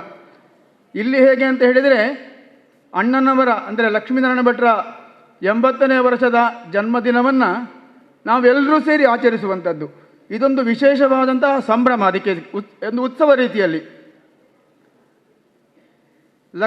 ಪ್ರಪ್ರಥಮವಾಗಿ ನಾನು ಮತ್ತು ಅವರಿಗೆ ಸಂಬಂಧ ಅಂತ ಹೇಳಲಿಕ್ಕೆ ಇಷ್ಟಪಡ್ತಾ ಇದ್ದೇನೆ. ಗೊತ್ತಿರ್ಬೋದು, ಲಕ್ಷ್ಮೀನಾರಾಯಣ ಭಟ್ರು ಮತ್ತು ನಾನು ಅಣ್ಣ ತಮ್ಮಂದ್ರವರು. ನನ್ನ ಅಜ್ಜ ಅಂದರೆ ನನ್ನ ಪಿತಾಮಹ ರಾಮ್ ಭಟ್ರು ಮತ್ತು ಅವರ ಪಿತಾಮಹ ಪರಮೇಶ್ವರ ಭಟ್ರು ಕಾಸ ಅಣ್ಣ ತಮ್ಮಂದರು. ನಾವು ವ್ಯಾವಹಾರಿಕವಾಗಿ ನಾವು ಕಾಯಾರದಲ್ಲಿ ವಾಸವಾಗಿದ್ದು ಪೌರೋಹಿತ್ಯವನ್ನು, ಕೃಷಿ ಕಾರ್ಯವನ್ನು ಮಾಡಿಕೊಂಡು ಬರ್ತಾ ಇದ್ದೇವೆ. ಲಕ್ಷ್ಮೀನಾರಾಯಣ ಭಟ್ರ ಕುಟುಂಬದವರು, ಅವರ ಅಣ್ಣ ತಮ್ಮಂದರು ಚೂಂತಾರಿನಲ್ಲಿದ್ದುಕೊಂಡು ಪೌರೋಹಿತ್ಯ ಕೃಷಿ ಕಾರ್ಯಕ್ರಮವನ್ನು ಮಾಡಿಕೊಂಡಿದ್ದೇವೆ. ಹಾಗಾಗಿ ನಾವೀಗ ಬೇರೆ ಬೇರೆ ಆಗಿದ್ದರೆ ಕೂಡ ನಾವು ಒಂದೇ ಮನೆಯಲ್ಲಿದ್ದಂತೆ. ನಮ್ಮಲ್ಲಿ ಹಾಗಾಗಿ ನಾವು ಪ್ರತಿ ಕಾರ್ಯಕ್ರಮದಲ್ಲಿ ಕೂಡ ಹೆಚ್ಚಾಗಿ ತಿಂಗಳಿಗೊಂದು 3-4 ಸಲ ಇರ್ಬೋದು, 7-8 ಸಲ ಇರ್ಬೋದು. ಪ್ರತಿ ಸಂದರ್ಭದಲ್ಲಿ ಕೂಡ ಅವರ ಶಿಷ್ಯವರ್ಗದಲ್ಲಿ ನಾವು ಹೋಗ್ತೇವೆ, ನಮ್ಮ ಶಿಷ್ಯವರ್ಗದಲ್ಲಿ ಅವರು ಬರ್ತಾರೆ. ಹೀಗೆ ಪರಸ್ಪರ ಅನ್ಯೋನ್ಯತೆಯಿಂದ ಎಷ್ಟೋ ವರ್ಷ ಕಾಲ ಪೌರೋಹಿತ್ಯವನ್ನು ನಾವು ನಡೆಸಿಕೊಂಡಿದ್ದೆವು. ಆ ಸಂದರ್ಭದಲ್ಲಿ ನಾನಂದರೆ ಪ್ರಾರಂಭದಲ್ಲಿ ಅಧ್ಯಯನ ಮಾಡಿದ ನಂತರ ಹೆಚ್ಚು ಕಡಿಮೆ 1990ನೇ ಇಸ್ವಿ ಇರ್ಬೋದು. ಆ ಸಂದರ್ಭದಲ್ಲಿ ಲಕ್ಷ್ಮೀನಾರಾಯಣ ಭಟ್ರು ನನ್ನನ್ನು ಒಟ್ಟಿಗೆ ಕರ್ಕೊಂಡು ಹೋಗಿಕೊಂಡಿದ್ದರು ಕಾರ್ಯಕ್ರಮಕ್ಕೆ. ಪ್ರತಿ ಕಾರ್ಯಕ್ರಮದಲ್ಲಿ ಕೂಡ ನನಗೆ ಮಾರ್ಗದರ್ಶನವನ್ನು ಮಾಡಿ ನನಗೆ ಗುರುಗಳ ಸ್ಥಾನದಲ್ಲಿ ಅವರಿದ್ದರು. ಒಂದೊಂದು ಕಾರ್ಯಕ್ರಮವನ್ನು ಪೌರೋಹಿತ್ಯದಲ್ಲಿ ಇದ್ದುಕೊಂಡು ಆಚಾರ್ಯ ಸ್ಥಾನದಲ್ಲಿ ನಿಭಾಯಿಸುವಂತ ಅಂತ ಹೇಳಿದರೆ ಆ ಸ್ಥಾನದಲ್ಲಿ ಕೂತವರಿಗೆ ಮಾತ್ರ ಗೊತ್ತಾಗಬಹುದು ಅಷ್ಟೇ. ಅದು ಯಾರ್ಯಾರಿಗೆ ಯಾವ ಯಾವ ಕ್ರಿಯೆಯನ್ನು ಕೊಡಬೇಕು, ಹೇಗೆ ಮಾಡಿಸಬೇಕು, ಒಂದು ರೀತಿಯ ಆಡಳಿತ ವರ್ಗದಾಗಂತ ಹೇಳ್ಬೋದು. ಅದನ್ನು ಅವರಿಗೆ ಮಾತ್ರ ಅನುಭವ ಇರ್ಬೋದಷ್ಟೇ. ಅಂತಹ ಸಂದರ್ಭದಲ್ಲಿ ಅಣ್ಣನವರು ನನಗೆ ಗುರುಗಳಾಗಿದ್ದುಕೊಂಡು ಪ್ರತಿಯೊಂದನ್ನು ಕೂಡ ಚಾಚು ಚಪ್ಪದೆ ಗುರುಗಳ ಸ್ಥಾನದಲ್ಲಿ ನಿಂತು ಅವರು ನನಗೆ ಮಾರ್ಗದರ್ಶನ ಮಾಡಿಕೊಂಡಿದ್ದರು. ಆ ಸಂದರ್ಭದಲ್ಲಿ ನಾನು ನಿನಗೆ ಎಷ್ಟೋ ಬರುವಂಥ ಸಂಶಯವನ್ನು, ಕ್ರಿಯಾಭಾಗಗಳಿರುವಂತಹ ಸಂಶಯಗಳನ್ನು ವಿಮರ್ಶೆಗಳು ಮಾಡಿಕೊಂಡು ಅವರು ಪರಿಹಾರವನ್ನು ಕೂಡ ಎಷ್ಟೋ ಹೇಳಿದ್ದುಂಟು ನನಗೆ. ಅದು ಅಲ್ಲದೆ ನಮ್ಮ ಕುಟುಂಬದ ಕಾರ್ಯಕ್ರಮದಲ್ಲಿ ಚೌತಿಯನ್ನು ನಾವೆಲ್ಲ ಕುಟುಂಬದವರು ಸೇರಿಕೊಂಡು ವಿಶಿಷ್ಟವಾಗಿ ಆಚರಣೆ ಮಾಡ್ತಾ ಇದ್ದೇವೆ. ಆನಂತರ ನವರಾತ್ರಿ ಪೂಜೆಯನ್ನು ಆಚರಣೆ ಮಾಡ್ತಾ ಇದ್ದೇವೆ. ಇಂಥ ಮುಡಿಪಿನ ಪೂಜೆಯನ್ನು ಆಚರಣೆ ಮಾಡ್ತಾ ಇದ್ದೇವೆ. ಅಂತಹ ಸಂದರ್ಭದಲ್ಲಿ ಶ್ರೀಯುತರು ಮುಂಚೂಣಿಯಲ್ಲಿ ಇದ್ದು ಎಲ್ಲರೂ ಕೂಡ ಅದರ ಯಾವ ಯಾವ ಕ್ರಮವನ್ನು ಅನೂಚಾನವಾಗಿ ಹಿಂದಿಂದ ಯಾವ ಪರಂಪರೆಯಲ್ಲಿ ನಡ್ಕೊಂಡು ಬಂದಿತ್ತು ಅದನ್ನು ಚಾಚು ತಪ್ಪದೆ ಹೇಳಿ ಉಪಸ್ಥಿತರಿದ್ದು, ಆದ್ಯಂತವಾಗಿ ಉಪಸ್ಥಿತರಿದ್ದು ಅವರು ನಮ್ಮನ್ನು ಮುನ್ನಡೆ ಇಡಿಸುತ್ತಿದ್ದರು. ಅವರು ಮಾಡುವಂತಹ ಪ್ರತಿಯೊಂದು ಕಾರ್ಯಕ್ರಮ ಕೂಡ ಅತ್ಯಂತ ಸ್ವಚ್ಛತೆಯಿಂದ ಮತ್ತು ಚೊಕ್ಕವಾಗಿ ಅವರು ನಡೆಸ್ತಾ ಇದ್ದರು. ಲಕ್ಷ್ಮಣ ಭಟ್ರಿಗೆ ಅಶೀತಿ ಅಂತ ಈಗಲೇ ಹೇಳಿದರು, 80 ವರ್ಷ ಅಂತ ಹೇಳಿ. ಅದರಲ್ಲಿ ಒಂದು ಸಂಬಂಧ ನಾವು ಆ ಸಂಖ್ಯೆಗೆ ಹೇಳಬಹುದು. ನಾವೆಲ್ಲರೂ ಕೂಡ ಕೃಷ್ಣ ಯಜುರ್ವೇದಿಗಳು. ಇಲ್ಲಿ ಕೆಲವರು ಬೇರೆ ಋಗ್ವೇದಿಗಳಿರ್ಲಿಕ್ಕೂ ಸಾಕು, ಋಗ್ವೇದಿಗಳು. ಆದರೆ ಕೂಡ ನಮ್ಮದು ಕೃಷ್ಣ ಯಜುರ್ವೇದ. ಕೃಷ್ಣ ಯಜುರ್ವೇದದಲ್ಲಿ 80 ಅಧ್ಯಾಯಗಳಿರುವಂಥದ್ದು, 80 ಅಧ್ಯಾಯ. ಅದರಲ್ಲಿ ಏಕಾಗ್ನಿಕಾಂಡ ಅಂತ ಉಂಟು, ಅದು 2 ಸೇರಿ 82 ಆಗ್ತದೆ. ಅಶೀತಿ ದ್ವಯ ಅಂತ ಹೇಳುವಂಥದ್ದು. ಇದಕ್ಕೆ ಅಶೀತಿ ದ್ವಯ ಅಧ್ಯಯನವನ್ನು ಮಾಡಿದರೆ ಯಜುರ್ವೇದವನ್ನು ಮೂಲ ಪಾಠದಲ್ಲಿ ಅಧ್ಯಯನ ಪೂರ್ತಿ ಮಾಡಿದಾಗ ಆಗ್ತದೆ. ಹಾಗಾಗಿ ಲಕ್ಷ್ಮೀನಾರಾಯಣ ಭಟ್ರಿಗೆ ಇವತ್ತು 80ನೇ ವರ್ಷ. ನಮ್ಮ ವೇದದ ಸಂಖ್ಯೆಯು 80 ವರ್ಷ ಅಧ್ಯಾಯಗಳು. ಅದೊಂದು ವಿಶೇಷವಾಗಿ ಸೇರಿದ್ದು ನಮಗೆ ಬಹಳ ಸಂತೋಷ ಮತ್ತು ಏನೋ ದೈವಾನುಗ್ರಹ ಅಂತ ನಾವು ಹೇಳ್ಬೋದು. ಮತ್ತು ಅವರ ಕುಟುಂಬದ ಬಗ್ಗೆ ಹೇಳುವುದಿದ್ರೆ, ಅವರ ಕುಟುಂಬ ಸಂತೃಪ್ತ ಕುಟುಂಬ. ಗೃಹಸ್ಥರಾಗಿ, ಪೌರೋಹಿತ್ಯರಾಗಿ, ಕೃಷಿಕರಾಗಿ ಮಕ್ಕಳನ್ನು ಬೆಳೆಸಿ ಉತ್ತಮವಾದಂಥ ಸ್ಥಾನಮಾನದಲ್ಲಿಟ್ಟುಕೊಂಡು ಅವರಿಗೆ ಉತ್ತಮವಾದ ಮಾರ್ಗದರ್ಶನ ವಿದ್ಯಾಭ್ಯಾಸವನ್ನು ಮಾಡಿ ಅವರು ಸಂತೋಷದಿಂದಿರುವಂತಹ ದಿವಸ ನಾವು ನೋಡ್ಬೋದು. ಇದು ಪ್ರತಿಯೊಬ್ಬನಿಗೂ ಕೂಡ ಆದರ್ಶವಾದಂತಹ ಒಂದು ಅವರ ನಮಗೆ ಅನುಕರಣೀಯ. ನಾವು ಅದನ್ನು ನಮ್ಮ ಜೀವನದಲ್ಲಿ ಅನುಸರಿಸ್ಬೋದು. ಪಶ್ಯೇಮ ಶರದಶಂ ಅಂತ ಹೇಳಿ ನಮಗೆ ನಮ್ಮ ಜೀವನದ ಉದ್ದೇಶ 100 ವರ್ಷ ಬದುಕುವುದೊಂದೊಂದೇ.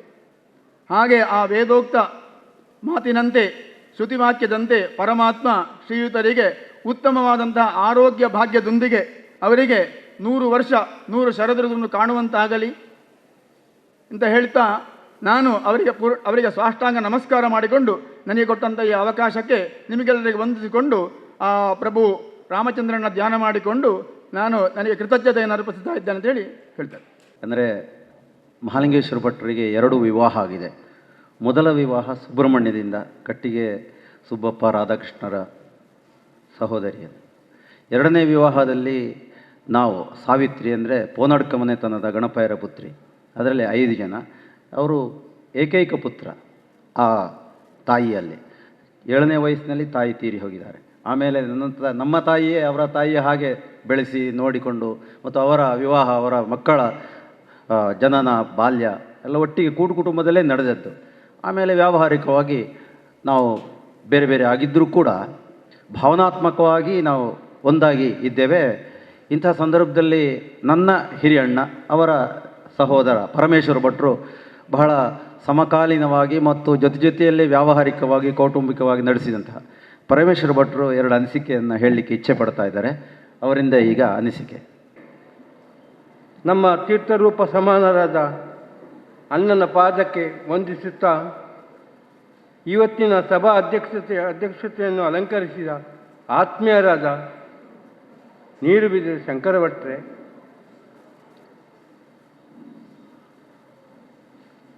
ಸಾಹಿತ್ಯ ನಿಧಿ ಎಂದು ಹೇಳಿ ತಪ್ಪಾಗದು, ನಿಧಿಯಾದ ಆತ್ಮೀಯರಾದ ಸುಬ್ರಾಯ ಚೊಕ್ಕಾಡಿಯವರೇ,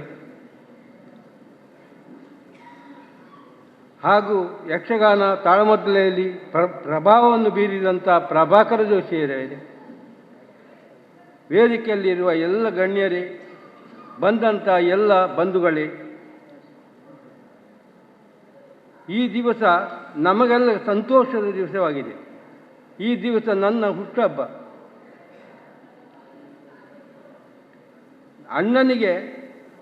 ಅಣ್ಣನಿಗೂ ನನಗೂ 13 ವರ್ಷ ವ್ಯತ್ಯಾಸ. ಅಣ್ಣ 41ನೇ ಇಸವಿ, ನಾನು 54ನೇ ಇಸವಿ. March 1, ಅಣ್ಣನು March 1. ಆದ ಇವತ್ತು ನನ್ನ ಹುಟ್ಟುಹಬ್ಬವೂ ಆಗಿದೆ.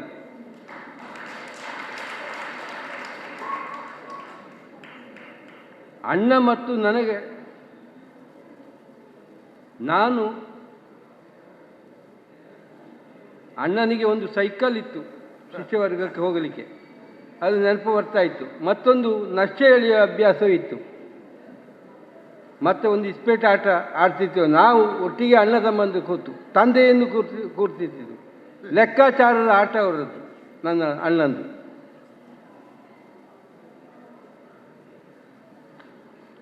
ಮತ್ತು ಅಣ್ಣನಿಗೆ ಒಳ್ಳೆ ರುಚಿಕರವಾದ ಅಡಿಗೆ ಮಾಡಲಿಕ್ಕೂ ಗೊತ್ತುಂಟು. ಚುಂತಾರು ಮನೆತನಕ್ಕೆ ಚೊಕ್ಕಾಡಿ ಪುಣ್ಯಕ್ಷೇತ್ರವಾಗಿದೆ. ನಮ್ಮ ತಂದೆಗೆ ಇಲ್ಲೇ ಸನ್ಮಾನ ಆದ್ದು. ಆ ದಿವಸ ಸನ್ಮಾನ ಪತ್ರವನ್ನು ಓದಿದವರು ಸುಬ್ರಾಯ ಚಕ್ಕಾಡಿ ಎಂದು ನನ್ನ ನೆನಪು.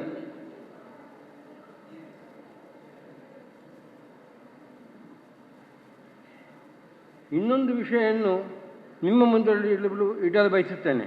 ನನ್ನ ಅಣ್ಣನ ಮಗ ಮಹೇಶ 13 ವರ್ಷದಿಂದ ಈ ದೇವಾಲಯದ ಚುಕ್ಕಾಣಿಯನ್ನು ಹಿಡಿದು ಒಳ್ಳೆಯ ಅಭಿವೃದ್ಧಿ ಪಥಕ್ಕೆ ಕೊಂಡೋಗಿದ್ದಾನೆ. ನಮಗೆ ಸಂತೋಷದ ವಿಚಾರ. ಶಿಷ್ಯ ವರ್ಗದವರು ಒಳ್ಳೆಯ ಸಹಕಾರವನ್ನು ಕೊಡ್ತಾ ಇದ್ದಾರೆ. ಅದಲ್ಲದೆ ಇನ್ನೊಂದು ನನ್ನ ಸ್ವಾರ್ಥಕ್ಕಾಗಿ ಒಂದು ವಿಷಯ ಹೇಳಿಬಿಡ್ತೇನೆ. ನಾನು ಇಲ್ಲಿ 35 ವರ್ಷ ಸಂಚಾಲಕನಾಗಿಯೋ ಸಮಿತಿಯ ಸದಸ್ಯನಾಗಿ ಕೆಲಸ ಮಾಡಿದ್ದೇನೆ. ಆನೆಗಾರದವರು ಅಧ್ಯಕ್ಷತೆಯಲ್ಲಿ. ಅಧ್ಯಕ್ಷರು ಇದು ಹೇಗೆ ಅಂದರೆ, ಒಂದು ಯಜ್ಞ ಆಗುವಾಗ ಕುಲಪುರೋಹಿತರು ಮತ್ತು ಪರಿಗರ್ಮಿಯಲ್ಲಿ ಇರ್ತಂತೆ. ಅವರು ಕುಲಪುರೋಹಿತರಾಗಿ ಕೆಲಸ ಮಾಡಿದ್ದಾರೆ, ನಾನು ಪರಿಗರ್ಮಿಯಾಗಿ ಕೆಲಸ ಮಾಡಿದ್ದೇನೆ. ಹಾಗೆ ಇಲ್ಲಿ ಆನೆಗಾರದವರ ಪಾತ್ರ ಹಿರಿದಾಗಿದೆ. ಈಗ ನನಗೆ ಒಂದು ನೆನಪು ಏನೆಂದರೆ, ಇವತ್ತಿನ ಈ ಸಂಭ್ರಮವನ್ನು ನೋಡಲಿಕ್ಕೆ ಅತ್ತಿಗೆ ಬೇಕಿತ್ತು. ಇಲ್ಲ, ನಮ್ಮ ಯೋಗ ಏನು ಮಾಡೋದು, ಭಾಗ್ಯ ಇಲ್ಲ ನಮಗೆ. ನನಗೆ ಹೇಳಲಿಕ್ಕೆ ತುಂಬ ದುಃಖಾಗ್ತದೆ. ಅತ್ತಿಗೆಯವರು ಒಳ್ಳೆಯ ಕೃಷಿಕರು, ಮತ್ತು ಮಕ್ಕಳನ್ನು ಹುರಿದುಂಬಿಸಿ ಆಗಾಗ ಪದೇ ಪದೇ ಓದಿ ಮಕ್ಕಳೇ ಕಲಿತು ಒಳ್ಳೆಯ ಇದಾಗಿ ಹೇಳಿ ಹುರಿದುಂಬಿಸಿದವರು ಅತ್ತಿಗೆಯವರು. ಆ ಅತ್ತಿಗೆ ಇಂದು ಇರ್ತಿದ್ದರೆ ಇಂದು ಈ ಸಂಭ್ರಮದ ವೇದಿಕೆಯ ಕಳೆಯೇ ಬೇರೆ ಇತ್ತು. ಹಾಗೆ ಅತ್ತಿಗೆ ಇಲ್ಲದಿದ್ದರೂ ಅವರ ಇದು ಟೆಸ್ಟ್ ಮಾಡಿ ಇಟ್ಟಿದ್ದೆ. ಆದ ಕಾರಣ ನಾವು ಅದನ್ನು ಮುಂದುವರಿಸಿಕೊಂಡು ಇದ್ದೇವೆ. ಇನ್ನು ನಾನು ಹೆಚ್ಚೇನು ಹೇಳಲಿಕ್ಕೆ ಬಯಸುವುದಿಲ್ಲ. ನಾನು ಭಾಷಣಗಾರನೂ ಅಲ್ಲ. 2 ಮಾತಾಡಬೇಕು ಅಣ್ಣನ ಸಂಭ್ರಮದಲ್ಲಿ, ನನ್ನ ಒಂದು ಸಂಭ್ರಮ ಅಲ್ಲಿ, ಹಾಗೆ ಒಂದು ಹೇಳಲಿಕ್ಕೆ ಇದ್ದೇನೆ. ಬಂದಂಥ ಎಲ್ಲ ಬಂಧುಗಳಿಗೆ ಇನ್ನೊಮ್ಮೆ ನಮಸ್ಕಾರವನ್ನು ಮಾಡ್ತಾ, ಮನೆತನದ ಹಿರಿಯರು ಮತ್ತು ಲಕ್ಷ್ಮೀನಾರಾಯಣ ಭಟ್ರ ಸೋದರ ಮಾವ ಕಟ್ಟಿಗೆ ರಾಧಾಕೃಷ್ಣ ಭಟ್ ದೊಡ್ಡ ತೋಟ, ನಿವೃತ್ತ ಅಂಚೆ ಅಧಿಕಾರಿಯಾಗಿ ಕೆಲಸ ಮಾಡಿದವರು, ನಮ್ಮ ಕುಟುಂಬಕ್ಕೆ ಬಂಧುವಾಗಿ, ಪೋಷಕರಾಗಿ, ಪ್ರೇರಕರಾಗಿ ಇದ್ದವರು, ಅಣ್ಣನ ಸಮಕಾಲೀನರು ಕೂಡ ಸೋದರ ಮಾವ ರಾಧಾಕೃಷ್ಣ ಭಟ್ ಅವರು 2 ಅನಿಸಿಕೆಗಳೊಂದಿಗೆ ನಮ್ಮ ಅನುಭವಗಳನ್ನು ಹಂಚಿಕೊಳ್ಬೇಕು ಅಂತ ವಿನಿಸಿಕೊಳ್ತಾ ಇದ್ದೆ. ನನಗಿದು ಒಂದು ಹೆಮ್ಮೆಯೂ ಹೌದು, ಸಂತೋಷವೂ ಹೌದು. ಯಾಕೆಂತ ಹೇಳಿದರೆ, ಹಿಂದೆ ಇದೇ ವೇದಿಕೆಯಲ್ಲಿ ಶ್ರೀಯುತ ವೇದಮೂರ್ತಿ ಲಕ್ಷ್ಮೀನಾರಾಯಣ ಭಟ್ರ ಪೂಜ್ಯ ತಂದೆಯವರಾದ ವೇದಮೂರ್ತಿ ಮಾನಗೇಶ ಭಟ್ರ ಒಂದು ಸ್ಮರಣ ಸಂಚಿಕೆಯಲ್ಲಿ ನಾನು ಭಾಗವಹಿಸಿದ್ದೆ. ಅದೇ ಸುಬ್ರಾಯ ಚೊಕ್ಕಾಡಿಯವರು ಹೇಳಿದಾಗೆ ಪೂರಾಪರ. ಆ ಸಂದರ್ಭದಲ್ಲಿ ನಾನು ಬಂದಿದ್ದೆ. ಆಗವೂ 1-2 ಮಾತಾಡಿ ಅವಕಾಶ ಕೊಟ್ಟಿದ್ದರು. ಈಗ ಅವರ ಮಗ ವೇದಮೂರ್ತಿ ಲಕ್ಷ್ಮೀನಾರಾಯಣ ಭಟ್ರಿಗೂ ಒಂದು ಅಶೀತ ಸಂಭ್ರಮದಲ್ಲಿ ಭಾಗವಹಿಸಿ 2 ಮಾತಾಡಬೇಕು ಅಂತ ನನಗೆ ಅವಕಾಶ ಮಾಡಿ ಕೊಟ್ಟಿದ್ದಾರೆ. ನನಗೆ ಒಂದು ಸಂತೋಷ ಸಂಗತಿ. ಲಕ್ಷ್ಮೀನಾರಾಯಣ ಭಟ್ರು ನಿಜವಾಗಿಯೂ ನನ್ನ ಪ್ರಾಯದಿಂದ ಹಿರಿಯವರು. ನನ್ನ 2ನೇ ಅಣ್ಣ ಚಿದಾನಂದ ಭಟ್ ಅವರ ಸಮಕಾಲೀನರು. ಸಲುಗೆ ನನ್ನ 2ನೇ ಅಣ್ಣನೊಟ್ಟಿಗೆ ಜಾಸ್ತಿ ಇತ್ತು ಅವರಿಗೆ, ದೊಡ್ಡಣ್ಣನೊಟ್ಟಿಗೆ ಅಷ್ಟು ಇರಲಿಲ್ಲ ಅವರಿಗೆ. ನಾನು ಸಣ್ಣವ, ಹಾಗೆ ಚಿದಾನಂದನಲ್ಲಿ ಅವರಿಗೆ ಭಾರಿ ಪ್ರೀತಿ ಇತ್ತು, ಸಲುಗೆ ಇತ್ತು. ಲಕ್ಷ್ಮೀನಾರಾಯಣ ಭಟ್ರಿಗೆ ಲಕ್ಷ್ಮೀನಾರಾಯಣ ಭಟ್ರು ನನ್ನ ಪುಟ್ಟಕ್ಕನ ಮಗ. ಪುಟ್ಟಕ್ಕ ಅಂದರೆ ಅವರ ಹೆಸರು ಪುಟ್ಟಕ್ಕ ಅಲ್ಲ, ನನ್ನ ತಂದೆಯ ತಾಯಿ ಅಂದರೆ ಅಜ್ಜಿ ತಿರುಮಲೇಶ್ವರಿ ಅಂತ ಅವರ ಹೆಸರು. ಆದರೆ ಆ ಅಜ್ಜಿ ಹೆಸರು ಎಲ್ಲರಿಗೂ ಪುಟ್ಟಮ್ಮಜ್ಜಿ ಅಂತ ಮಾತ್ರ ಗೊತ್ತು. ಹಾಗೆ ಈ ಪುಟ್ಟಕ್ಕನಿಗೂ ಪುಟ್ಟಮ್ಮಜ್ಜಿದು ಪುಟ್ಟಕ್ಕ ಅಂತ ಆಯಿತು. ಆ ಹೆಸರು ನಿಜವಾಗಿ ತಿರುಮಲೇಶ್ವರಿ. ಆ ಪುಟ್ಟಕ್ಕನ ಮಗ, ಏಕೈಕ ಪುತ್ರ. ಸಣ್ಣ ಪ್ರಾಯದಲ್ಲಿ ಲಕ್ಷ್ಮೀನಾರಾಯಣ ಭಟ್ರು ಅವರನ್ನು ಕಳ್ಕೊಂಡಿದ್ರು. ತಾಯಿಯ ಭಾಗ್ಯ ಅವರಿಗೆ ಕಡಿಮೆ ಆಗಿತ್ತು. ಆದರೆ ಪುಟ್ಟಕ್ಕನ ನನಗೆ ಮಸ್ಕು ನೆನಪು ನನಗೆ ಬರ್ತಿತ್ತು, ಅತಿ ಮಸ್ಕು. ಅಣ್ಣ ಹೇಳ್ತಿದ್ದರು, ಅಕ್ಕ ಹೇಳ್ತಿದ್ದರು. ಪುಟ್ಟಕ್ಕ ಅಂದರೆ ಬೇರೆ, ಲಕ್ಷ್ಮೀನಾರಾಯಣ ಮತ್ತೇನಿಲ್ಲ. ಲಕ್ಷ್ಮೀನಾರಾಯಣಿಗೆ ಒಂದಿಷ್ಟು ತಲೆಗೆ ತುರುಬು ಕಟ್ಟಿ ಜಡೆ ಕಟ್ಟಿ ಬಿಟ್ಟರೆ ಅದು ಪುಟ್ಟಕ್ಕನೇ ಅಂತ. ಅಂದರೆ ಅದೇ ರೀತಿ ಮುಖ, ವ್ಯಕ್ತಿತ್ವ ನನ್ನ ಪುಟ್ಟಕ್ಕನ ವ್ಯಕ್ತಿತ್ವ. ನಮ್ಮಲ್ಲೆಲ್ಲ ಬಂದರೆ ಅಷ್ಟು ಪ್ರೀತಿಯಿಂದ ನೋಡಿಕೊಳ್ತಿದ್ರಂತೆ. ಲಕ್ಷ್ಮೀನಾರಾಯಣಿಗೂ ಹಾಗೆ. ನಮ್ಮನ್ನು ಕಂಡರೆ ಭಾರಿ ಒಂದು ಸಲಿಗೆ ಅವನಿಗೆ. ಅಜ್ಜನ ಮಾವಂದ್ರೆ ಆದರೆ ಅವನಿಗೆ ಭಾರಿ ಪ್ರೀತಿ. ಯಾಕೆಂದರೆ ನಾವು ಆ ಕಾಲದಲ್ಲಿ ಅದು ಬ್ರಿಟಿಷರ ಕಾಲ ಇದಾಗಿರಲಿಲ್ಲ. ನಮಗೆ ಸುಬ್ರಹ್ಮಣ್ಯ ಹೇಳಿದ್ರೆ ದ್ವೀಪದಾಗ 6 ತಿಂಗಳು, ನಮಗೆ ಯಾವ ಶಾಲೆ ಸಮೇತ 5ನೇ ಕ್ಲಾಸ್ ಹೋಗೋಷ್ಟು ಮಾತ್ರ ಶಾಲೆ ಇತ್ತು. ಆ ಕಾಲದಲ್ಲಿ ಅವ ನಮ್ಮಿಂದ ಹಿಂದೆ ಉಡುಪಿಯಲ್ಲಿ SMSP ಸಂಸ್ಕೃತ ಕಾಲೇಜಿನಲ್ಲಿ ಅವ ಕಲ್ತದ್ದು, ವಿಜಯ ಲಕ್ಷ್ಮೀನಾರಾಯಣ. ನಮ್ಮನ್ನು ಅದರ ಮರುವರ್ಷ ನಮ್ಮನ್ನು ನನ್ನ 2ನೇ ಅಣ್ಣ ಮತ್ತು ನಾನು ಅಲ್ಲಿಗೆ ಹೋದು ಪೇಜಾರ ಮಠದಲ್ಲಿ ಇದ್ದುಕೊಂಡು ನಾವು ಕಲ್ತವರು. ಆಗಳು ಅಲ್ಲಿಯೇ ತನ್ನ ಛಾಪ ತೋರಿಸಿದ ಲಕ್ಷ್ಮೀನಾರಾಯಣ.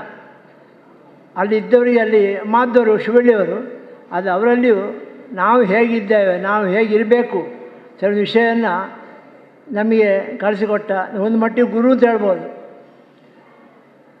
ನಾನು ಅವನ ಸಣ್ಣ ಪ್ರಾಯದ ಕಾರಣ ಅವನಿಗೆ ಆಶೀರ್ವಾದ ಪರಿಸ್ಥಿತಿ ನಾನಿಲ್ಲ, ಆದರೆ ಮಾವ ಆದರೆ ಆಶೀರ್ವಾದ ಮಾಡಬೇಕಾಗ್ತದೆ ಅಂಥ ಪರಿಸ್ಥಿತಿ ನಮ್ಮದು. ಈ ಲಕ್ಷ್ಮೀನಾರಾಯಣ ನಾನು ಏಕವಚನ ಹೇಳಿದ್ರು ತೊಂದರೆ ಇಲ್ಲ, ಯಾಕಂದರೆ ನನ್ನ ಬಳಿ ಅಡಿಯಾದಕ್ಕೆ ನಾನು ಹೇಳ್ತಾ ಇದ್ದೇನೆ. ಯಾರೊಟ್ಟಿಗಾರ ತಮಾಷೆ ಮಾಡ್ತಿದ್ದ. ತುಂಬ ಸಿಹಿಪ್ರಿಯ, ಬೆಲ್ಲ ಅಂದರೆ ಪ್ರೀತಿ ಅವನಿಗೆ, ಹೋಳಿಗೆ ಅಂದರೆ ಪ್ರೀತಿ, ಪಾಯಸ ಅಂದರೆ ಪ್ರೀತಿ. ಎಲ್ಲರಿಗೆದರೆ ಅಲ್ಲಿ ನನ್ನ ತಾಯಿ ಹೇಳ್ತಾ ಇದ್ದರು ಅಥವಾ ನನ್ನ ಹೇಳ್ತಾ ಅವನಿಗೆ ಎಂಥದ್ದು ಬೆಲ್ಲಕ್ಕೆ ಸಕ್ಕರೆ ಕೊಟ್ಟರು ಅವನು ತಿಂತಾನೆ, ಇಲ್ಲದ್ರೆ ಕಣಿಗೆ ಸಿಹಿ ಕಮ್ಮಿ ತೇಳೋ ಜನ. ಹಾಗೆ ಆದರೆ ಅವ ಎಷ್ಟು ಸಿಹಿ ತಿಂದಾನು ಹಾಗೆ ಸಿಹಿಯನ್ನು ಕೊಡ್ತಾ ಇದ್ದ. ಕಹಿ ನುಂಗಿ ಕೊಡ್ತಿದ್ದ, ಕಹಿಯನ್ನು ತೋರಿಸಿಕೊಡ್ತಿಲ್ಲ, ಅದೊಂದು ವಿಶೇಷ ಒಂದು. ಕಹಿ ನುಂಗಿ ಸಿಹಿಯನ್ನು ತಿಂದರೂ ಉಳಿದವರಿಗೆ ಕೊಡ್ತಾ ಇದ್ದ. ಅವರ ಹೊತ್ತಿಗೆಯಲ್ಲಿ ತನ್ನ ತಂದೆಯನ್ನೇ ಮೀರಿಸುವಷ್ಟು ಕಲಿತುಕೊಂಡಿದ್ದಾನೆ, ಮಾಡ್ತಾ ಇದ್ದ. ತುಂಬ ಮಕ್ಕಳನ್ನು, ಹೆಂಡತಿ ಮಕ್ಕಳನ್ನು ತುಂಬ ಪ್ರೀತಿಸ್ತಾ ಇದ್ದ. ಮಕ್ಕಳಿಗೊಂದು ಒಳ್ಳೆಯದಾಗಬೇಕು, ಅಭಿವೃದ್ಧಿ ಆಗಬೇಕು, ತನ್ನ ಪರಂಪರೆ ಉಳಿಬೇಕು, ಒಳ್ಳೆಯದಾಗಬೇಕು ಅಂತ ಹೇಳೋ ಒಂದು ಮನಸ್ಸಾರ್ಥವನ್ನು ಯಾವಾಗಲೂ ನೆನಪಿಸಿಕೊಳ್ತಾ ಇದ್ದ. ತೊಂದರೆ ಆಗುತ್ತಿತ್ತು, ತೊಂದರೆ ಆದರೆ ನುಂಗಿಕೊಳ್ತಿದ್ದ, ಹೇಳ್ತಿರ್ಲಿಲ್ಲ. ಭಾರಿ ದುಃಖದಲ್ಲಿ ಕೆಲವು ಮಾತು ಹೇಳ್ತಾ ಇದ್ದ, ಹೀಗೀಗ ಆಯಿತು ಮಾವ, ಏನು ಮಾಡೋದು, ನನ್ನ ಭಾಗ್ಯ ಇಷ್ಟ ಇದ್ದ. ಹಾಗೆ ದುಃಖ ಪಡ್ತಾ ಇದ್ದ ವಿನಃ ಅದನ್ನೊಂದು ಹೊರಗಡೆ ತೋರಿಸಿಕೊಳ್ತಿರ್ಲಿಲ್ಲ. ಅವನ ತಂದೆ ನನ್ನ ಭಾವ ಚೂಂತಾರೆ ಮಾನಗೇಶ ಭಟ್ರು ಎಷ್ಟು ಅವರ ಶಿಷ್ಯರಿಗೆ ಉಪಕಾರ ಮಾಡಿದ್ದಾರೋ, ಎಷ್ಟು ಬಡವರಿಗೆ ಉಪಕಾರ ಮಾಡಿದ್ದಾರೋ ಅದೇ ಬುದ್ಧಿ ಲಕ್ಷ್ಮೀನಾರಾಯಣಿಗೆ ಉಂಟು. ವಿಶೇಷ ಅಂತಾರೆ ಅದನ್ನು ಕಂಟಿನ್ಯೂ ಆಗ್ತಾ ಉಂಟು.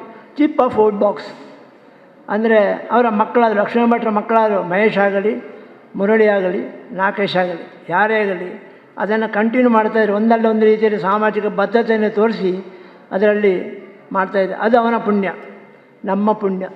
ನನಗೆ ಭಾರಿ ಒಂದು ಹೆಮ್ಮೆ, ಯಾಕಂದ್ರೆ ನನ್ನ ಅಳಿಯ ಈ ರೀತಿ ಒಂದು 80ನೇ ವರ್ಷ ಮಾಡ್ತಾ ಇದ್ದಾನೆ.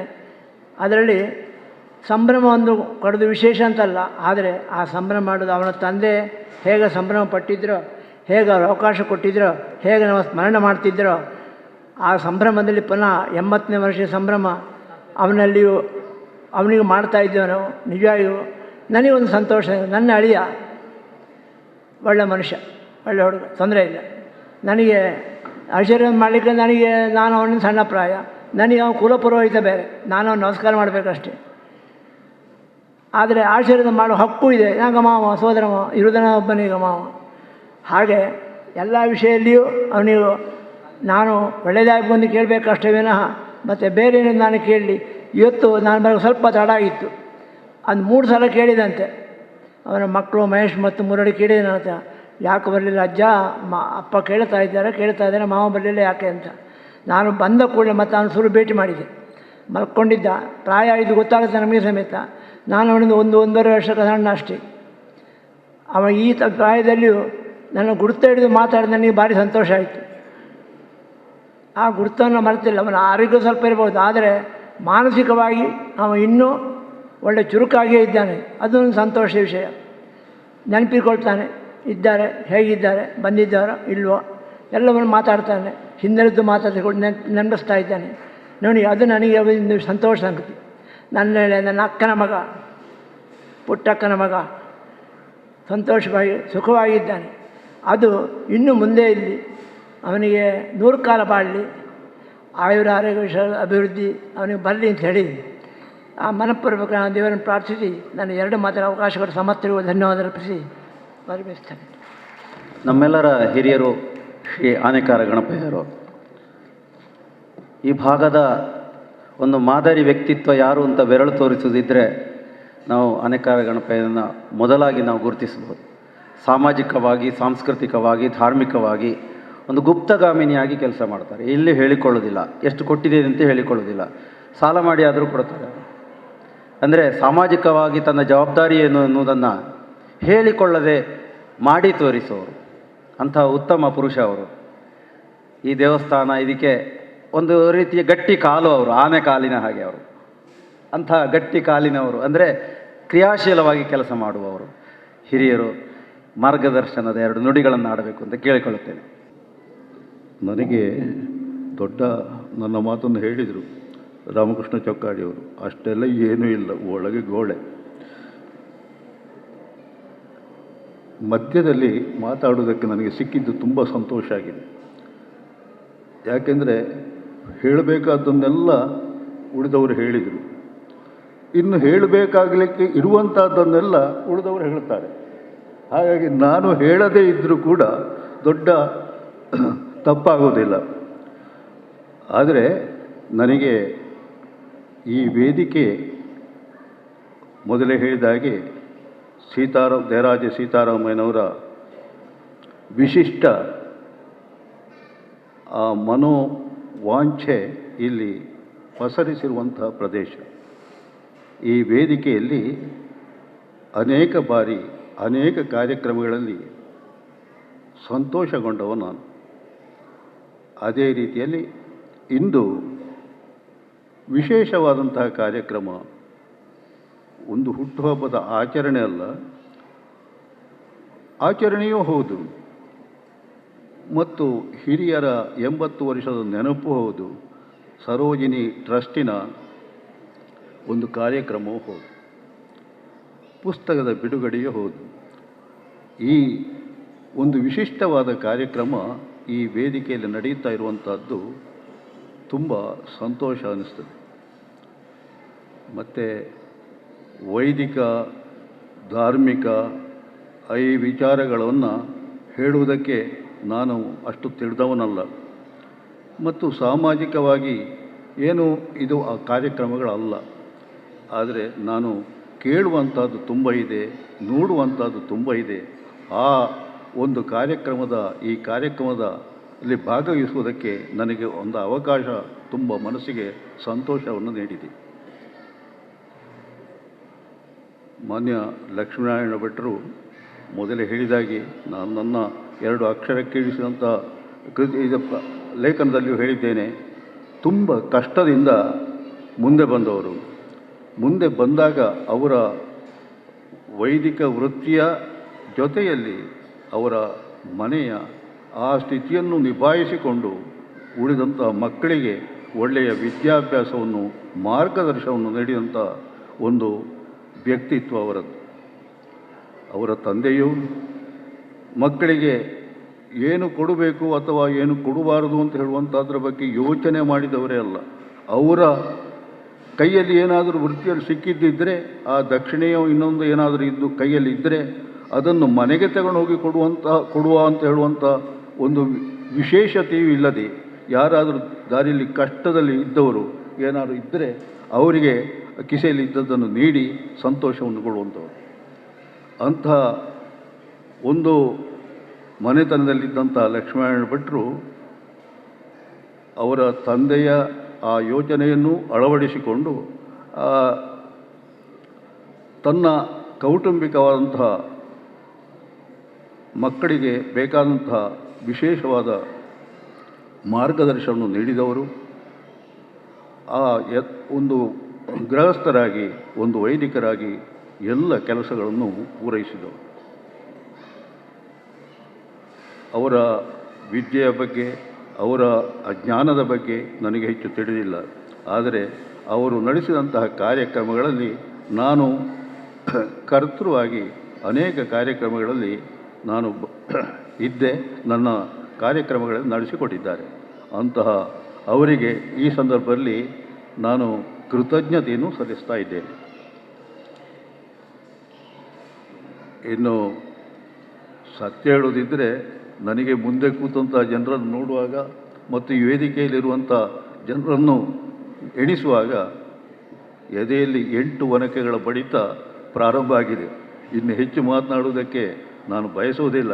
ನನಗೆ ಅವಕಾಶವನ್ನು ಒಂದು ಪ್ರೀತಿಯಿಂದ ನೀಡಿದ್ದಾರೆ.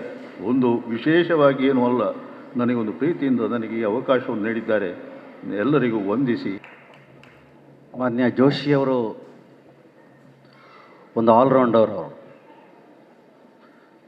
ಓದಿದ್ದು ಉಪನ್ಯಾಸ ಮಾಡ್ತಾ ಇರೋದು ಎಕನಾಮಿಕ್ಸ್, ವಾಣಿಜ್ಯಶಾಸ್ತ್ರ.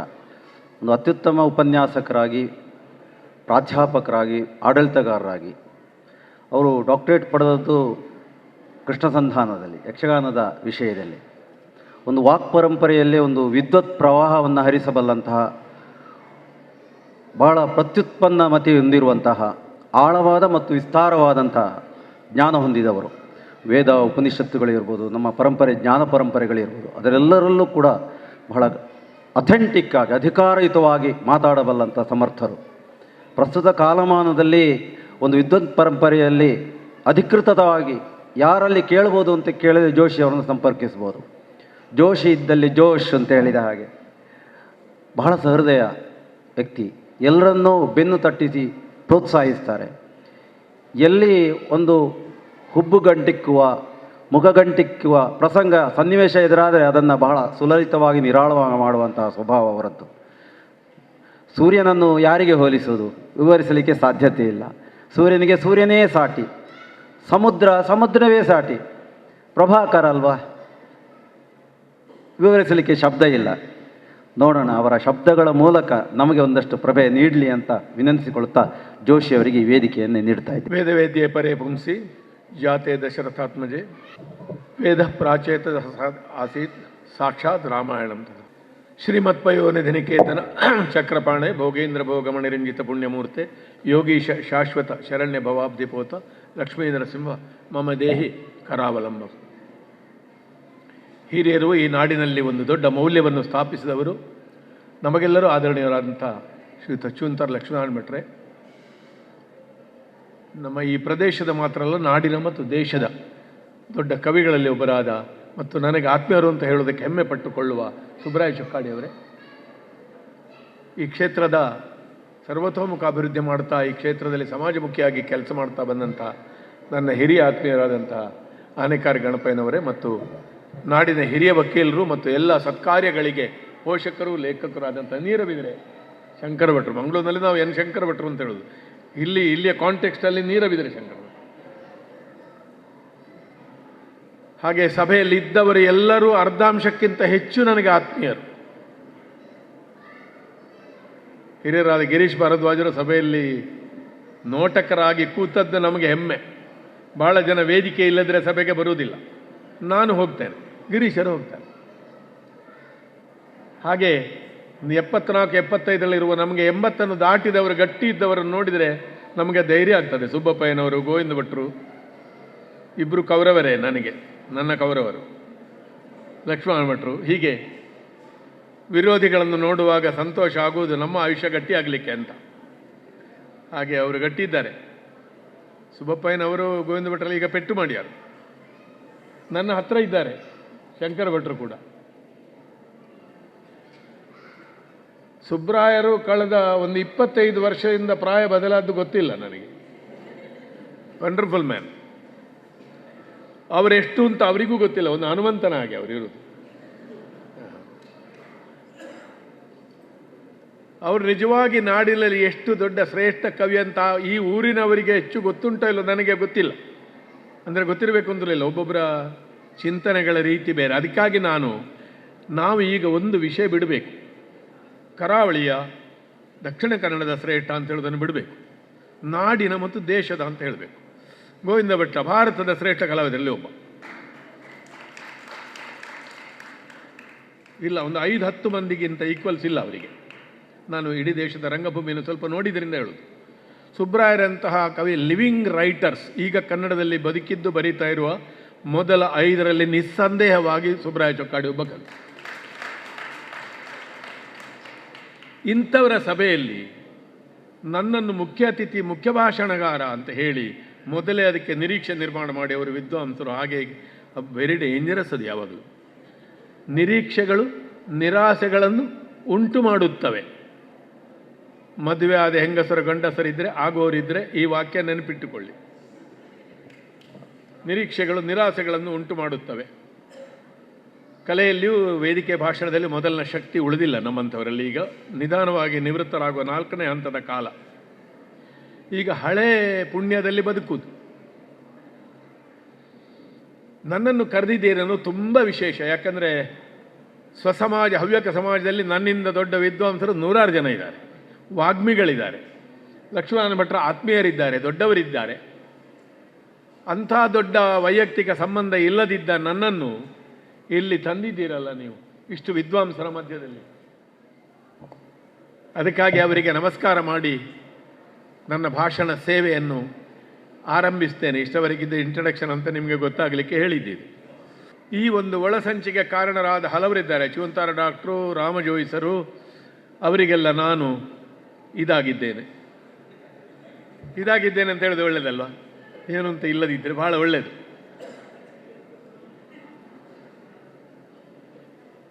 ಬಂಧುಗಳೇ, ಡಾಕ್ಟರ್ ಚೂಂತಾರ್ ಒಂದು ಮಾತು ಹೇಳಿದರು, ಸಾಧನೆಯ ದೊಡ್ಡ ಸ್ಥಿತಿ ಅನ್ನೋದು ಏನು ಅಂತ. ಈಗ ನೋಡಿ, ಇಲ್ಲಿ ದೇಸಿ ಅಂತ ಒಂದಿದೆ, ಎಷ್ಟು ತುಂಬ ಚಂದದ ಹೆಸರು. ದೇರಜ ಸೀತಾರಾಮಯ್ಯ ಮತ್ತು ದೇಸೀತನ, ಅವರು ಬದುಕಿದ್ದು ಹಾಗೆ, ಒಂದು ದೇಸಿಯಾಗಿ ಬದುಕಿದ್ದಾರೆ. ಇದು ವಂಡರ್ಫುಲ್ ನೇಮ್. ತುಂಬ ಆ ಹೆಸರಿಟ್ಟವರನ್ನು ನಾನು ಅಭಿನಂದಿಸ್ತೇನೆ. ಸುಬ್ರಾಯರ ಇನ್ಯಾರೋ ಗೊತ್ತಿಲ್ಲ ನೋಡಿ, ಕವಿ ಹೌದು. ದೇಸಿತನದ ಅಗತ್ಯ ಈಗ ಇದೆ. ಈ ಪುಸ್ತಕ ನೋಡುವಾಗ, ಈ ಕುಟುಂಬ ನೋಡುವಾಗ, ಚೂಂತಾರ ಕುಟುಂಬದವರು ನಿನ್ನೆ ಮೊನ್ನೆ ಕಾಯಿಪಲ್ಯ ಕೊರೆಯೋದು, ಮಾತಾಡೋದು, ಇದು ಮಾಡೋದು, ಅವರೆಲ್ಲ ಬ್ಯುಸಿ ಆದರೂ ಕೂಡ ಸೇರುವುದು, ಇದೆಲ್ಲ ಒಂದು ಕಾಲದಲ್ಲಿ ಸಹಜ ದೃಶ್ಯ ಹಳ್ಳಿಯಲ್ಲಿ, ನಮ್ಮ ಬಾಲ್ಯದಲ್ಲಿ. ಈಗ ದುರ್ಲಭವಾದ ದೃಶ್ಯ. ಇದನ್ನು ನೋಡುವಾಗ ನನಗೆ ಮೆಚ್ಚುಗೆ ಮತ್ತು ಮತ್ಸರ ಎರಡೂ ಆಗ್ತದೆ. ನನ್ನ ಕುಟುಂಬದಲ್ಲಿ ಹಿರಿಯರಿಬ್ಬರನ್ನು ತಂದೆ ಅಮ್ಮ ಎಲ್ಲ ಹೋಗಿದ್ದಾರೆ. ಈಗ ಇದ್ದವರಲ್ಲಿ ನನ್ನ ಕುಟುಂಬದಲ್ಲಿ ನಾನೇ ಸೀನಿಯರ್. Danger point. ನಾನೇ ಒಂದು ಸೀನಿಯರ್ ಆದರೆ ಆ ಕುಟುಂಬ ಹೇಗಿದ್ದಿತ್ತು ನೀವು ಆಲೋಚನೆ ಮಾಡಿ. ಇಷ್ಟು ಸಮೃದ್ಧವಾದ ಕುಟುಂಬ ಇಟ್ಟುಕೊಂಡು ಕಾರ್ಯಕ್ರಮ ಮಾಡಿ ಅಗಲಿದ ಮಾತುಶ್ರೀಯವರು 134 ಕಾರ್ಯಕ್ರಮ ಮಾಡಿದ ವಿಷಯ ಉಂಟು ಇದರಲ್ಲಿ. ಸರೋಜಿನಿ ಅವರಿಗೆ ಇದಕ್ಕಿಂತ ದೊಡ್ಡ ಶ್ರದ್ಧಾಂಜಲಿ ಅಂತದ್ದು. ರಕ್ತದಾನ ಶಿಬಿರ, 11 ಪುಸ್ತಕ, ಆರ್ಥಿಕ ನೆರವು, ಪುಸ್ತಕ ಬಿಡುಗಡೆ, ಇದ್ದೆಷ್ಟು. ಇದು ಓದಲೇ ಅರ್ಧ ಗಂಟೆ ಬೇಕು. ನಾನು ಓದ್ತಿಲ್ಲ, ನಾನು ಇದರಲ್ಲಿ ಬೋರ್ ಮಾಡ್ತಿಲ್ಲ. ಹೇಳಿದ್ರೆ ನನ್ನ ಭಾಷಣದಲ್ಲಿ ಬೋರ್ ಬೇರೆ ಇದ್ದು, ಹಾಗಾಗಿ ಇದು ಬೇರೆ ಬೇಡ. ಸ್ವತಃ ಡಾಕ್ಟರ್ ಚೂಂತಾರು 12 ಪುಸ್ತಕ ಬರೆದಿದ್ದಾರೆ. ಒಂದೇ ಪುಸ್ತಕ ರಕ್ತದಾನಕ್ಕೆ ಸಂಬಂಧಿಸಿದ್ದು 14 ರೀಪ್ರಿಂಟ್ ಆಗಿದೆ. ದಿಗ್ಭ್ರಮೆ ಆಯಿತು ನನಗೆ. ನಾನು ಮತ್ತು ಸುಬ್ರಾಯರು 76 ಸುಮನಸ ವಿಚಾರ ವೇದಿಕೆಯಲ್ಲಿ ನನ್ನ ಪುಸ್ತಕ ಇಲ್ಲೇ ಬಿಡುಗಡೆ ಆದ್ದು. ಫಸ್ಟ್ ಪ್ರಿಂಟಿನಲ್ಲಿ ಇನ್ನೂ 10 ಕಾಪಿ ಉಂಟು. ನನ್ನ ಪುಸ್ತಕ 3 ಜನ ಖಂಡಿತ ಓದ್ತಾರೆ. ಸುಬ್ರಾಯ ಚೊಕ್ಕಾಡಿ, ಅದು ಮಾತ್ರ, ಬೇರೆ ಅಲ್ಲ, ಪ್ರೆಸ್ಸಿನವ ಮತ್ತು ನಾನು. ನನ್ನ ಪುಸ್ತಕ ನನ್ನ ಮನೆಯಲ್ಲಿ ಬೂರಿಬಾಜಿ ಮಾಡಲಿಕ್ಕೆ ಒಳ್ಳೆಯದಾಗ್ತದೆ. 14 ರೀಪ್ರಿಂಟ್. ಓದುಗರಿಲ್ಲ, ಪುಸ್ತಕ ಪ್ರಕಟ ಆಗುವುದಿಲ್ಲ, ಎಲ್ಲ ಸುಳ್ಳು. ಅವರವರಿಗೆ ಬೇಕಾದ್ದನ್ನು ಅವರವರು ಓದ್ತಾರೆ. ಜನರು ಪುಸ್ತಕ ಓದುವುದಿಲ್ಲ ಅಂತ ಹೇಳುವ ಸಾಹಿತಿಗಳ ಹೆಚ್ಚಿನವರು ಯಾರು ಗೊತ್ತುಂಟ ನಿಮಗೆ? ಅವರದ್ದು ಓದುವುದಿಲ್ಲ ಅಂತ ಹೇಳುವವರು. ನಾನು ಹಾಗೆ ಹೇಳುವುದಿಲ್ಲ. ಅವರವರಿಗೆ ಬೇಕಾದ್ದನ್ನು ಅವರವರು ಓದಿಕೊಳ್ತಾರೆ. People have their books and books have their readers. ಪುಸ್ತಕಕ್ಕೆ ಬೇಕಾದ ವಾಚಕರನ್ನು, ವಾಚಕರಿಗೆ ಬೇಕಾದ ಪುಸ್ತಕಗಳನ್ನು ಪರಸ್ಪರರು ಒಬ್ಬರನ್ನೊಬ್ಬರು ಗಂಡ ಹೆಂಡಿರಂತೆ ಹುಡುಕಿಕೊಳ್ಳುತ್ತಾರೆ. ಗಂಡ ಹೆಂಡಿರಂತೆ ಎಂಬಲ್ಲಿ ನಿಮಗೆ ಬೇಕಾದ ಬೇರೆ ಬೇರೆ 2 ಶಬ್ದಗಳನ್ನು ಹಾಕ್ಕೊಳ್ಳಿ, ಅದು ನಿಮಗೆ ಚಾಯ್ಸಿಗೆ ಬಿಟ್ಟದ್ದು. ಬಂಧುಗಳೇ, ಒಂದು ಕುಟುಂಬ ಮಿಲನ ಮಧ್ಯದಲ್ಲಿ ನಾವಿದ್ದೇವೆ. ನಾನು ಲಕ್ಷ್ಮೀ ನರಸಿಂಹ ಸ್ತೋತ್ರವನ್ನು ಹೇಳಿದ್ದು ಉದ್ದೇಶಪೂರ್ವಕವಾಗಿ. ಆಯುಷ್ಯ, ಆಯುರ್ವೃದ್ಧಿ, ಭಾಗ್ಯ ಮತ್ತು ಕುಟುಂಬ ಭಾಗ್ಯಕ್ಕೆಲ್ಲ ನರಸಿಂಹ ಮಂತ್ರ.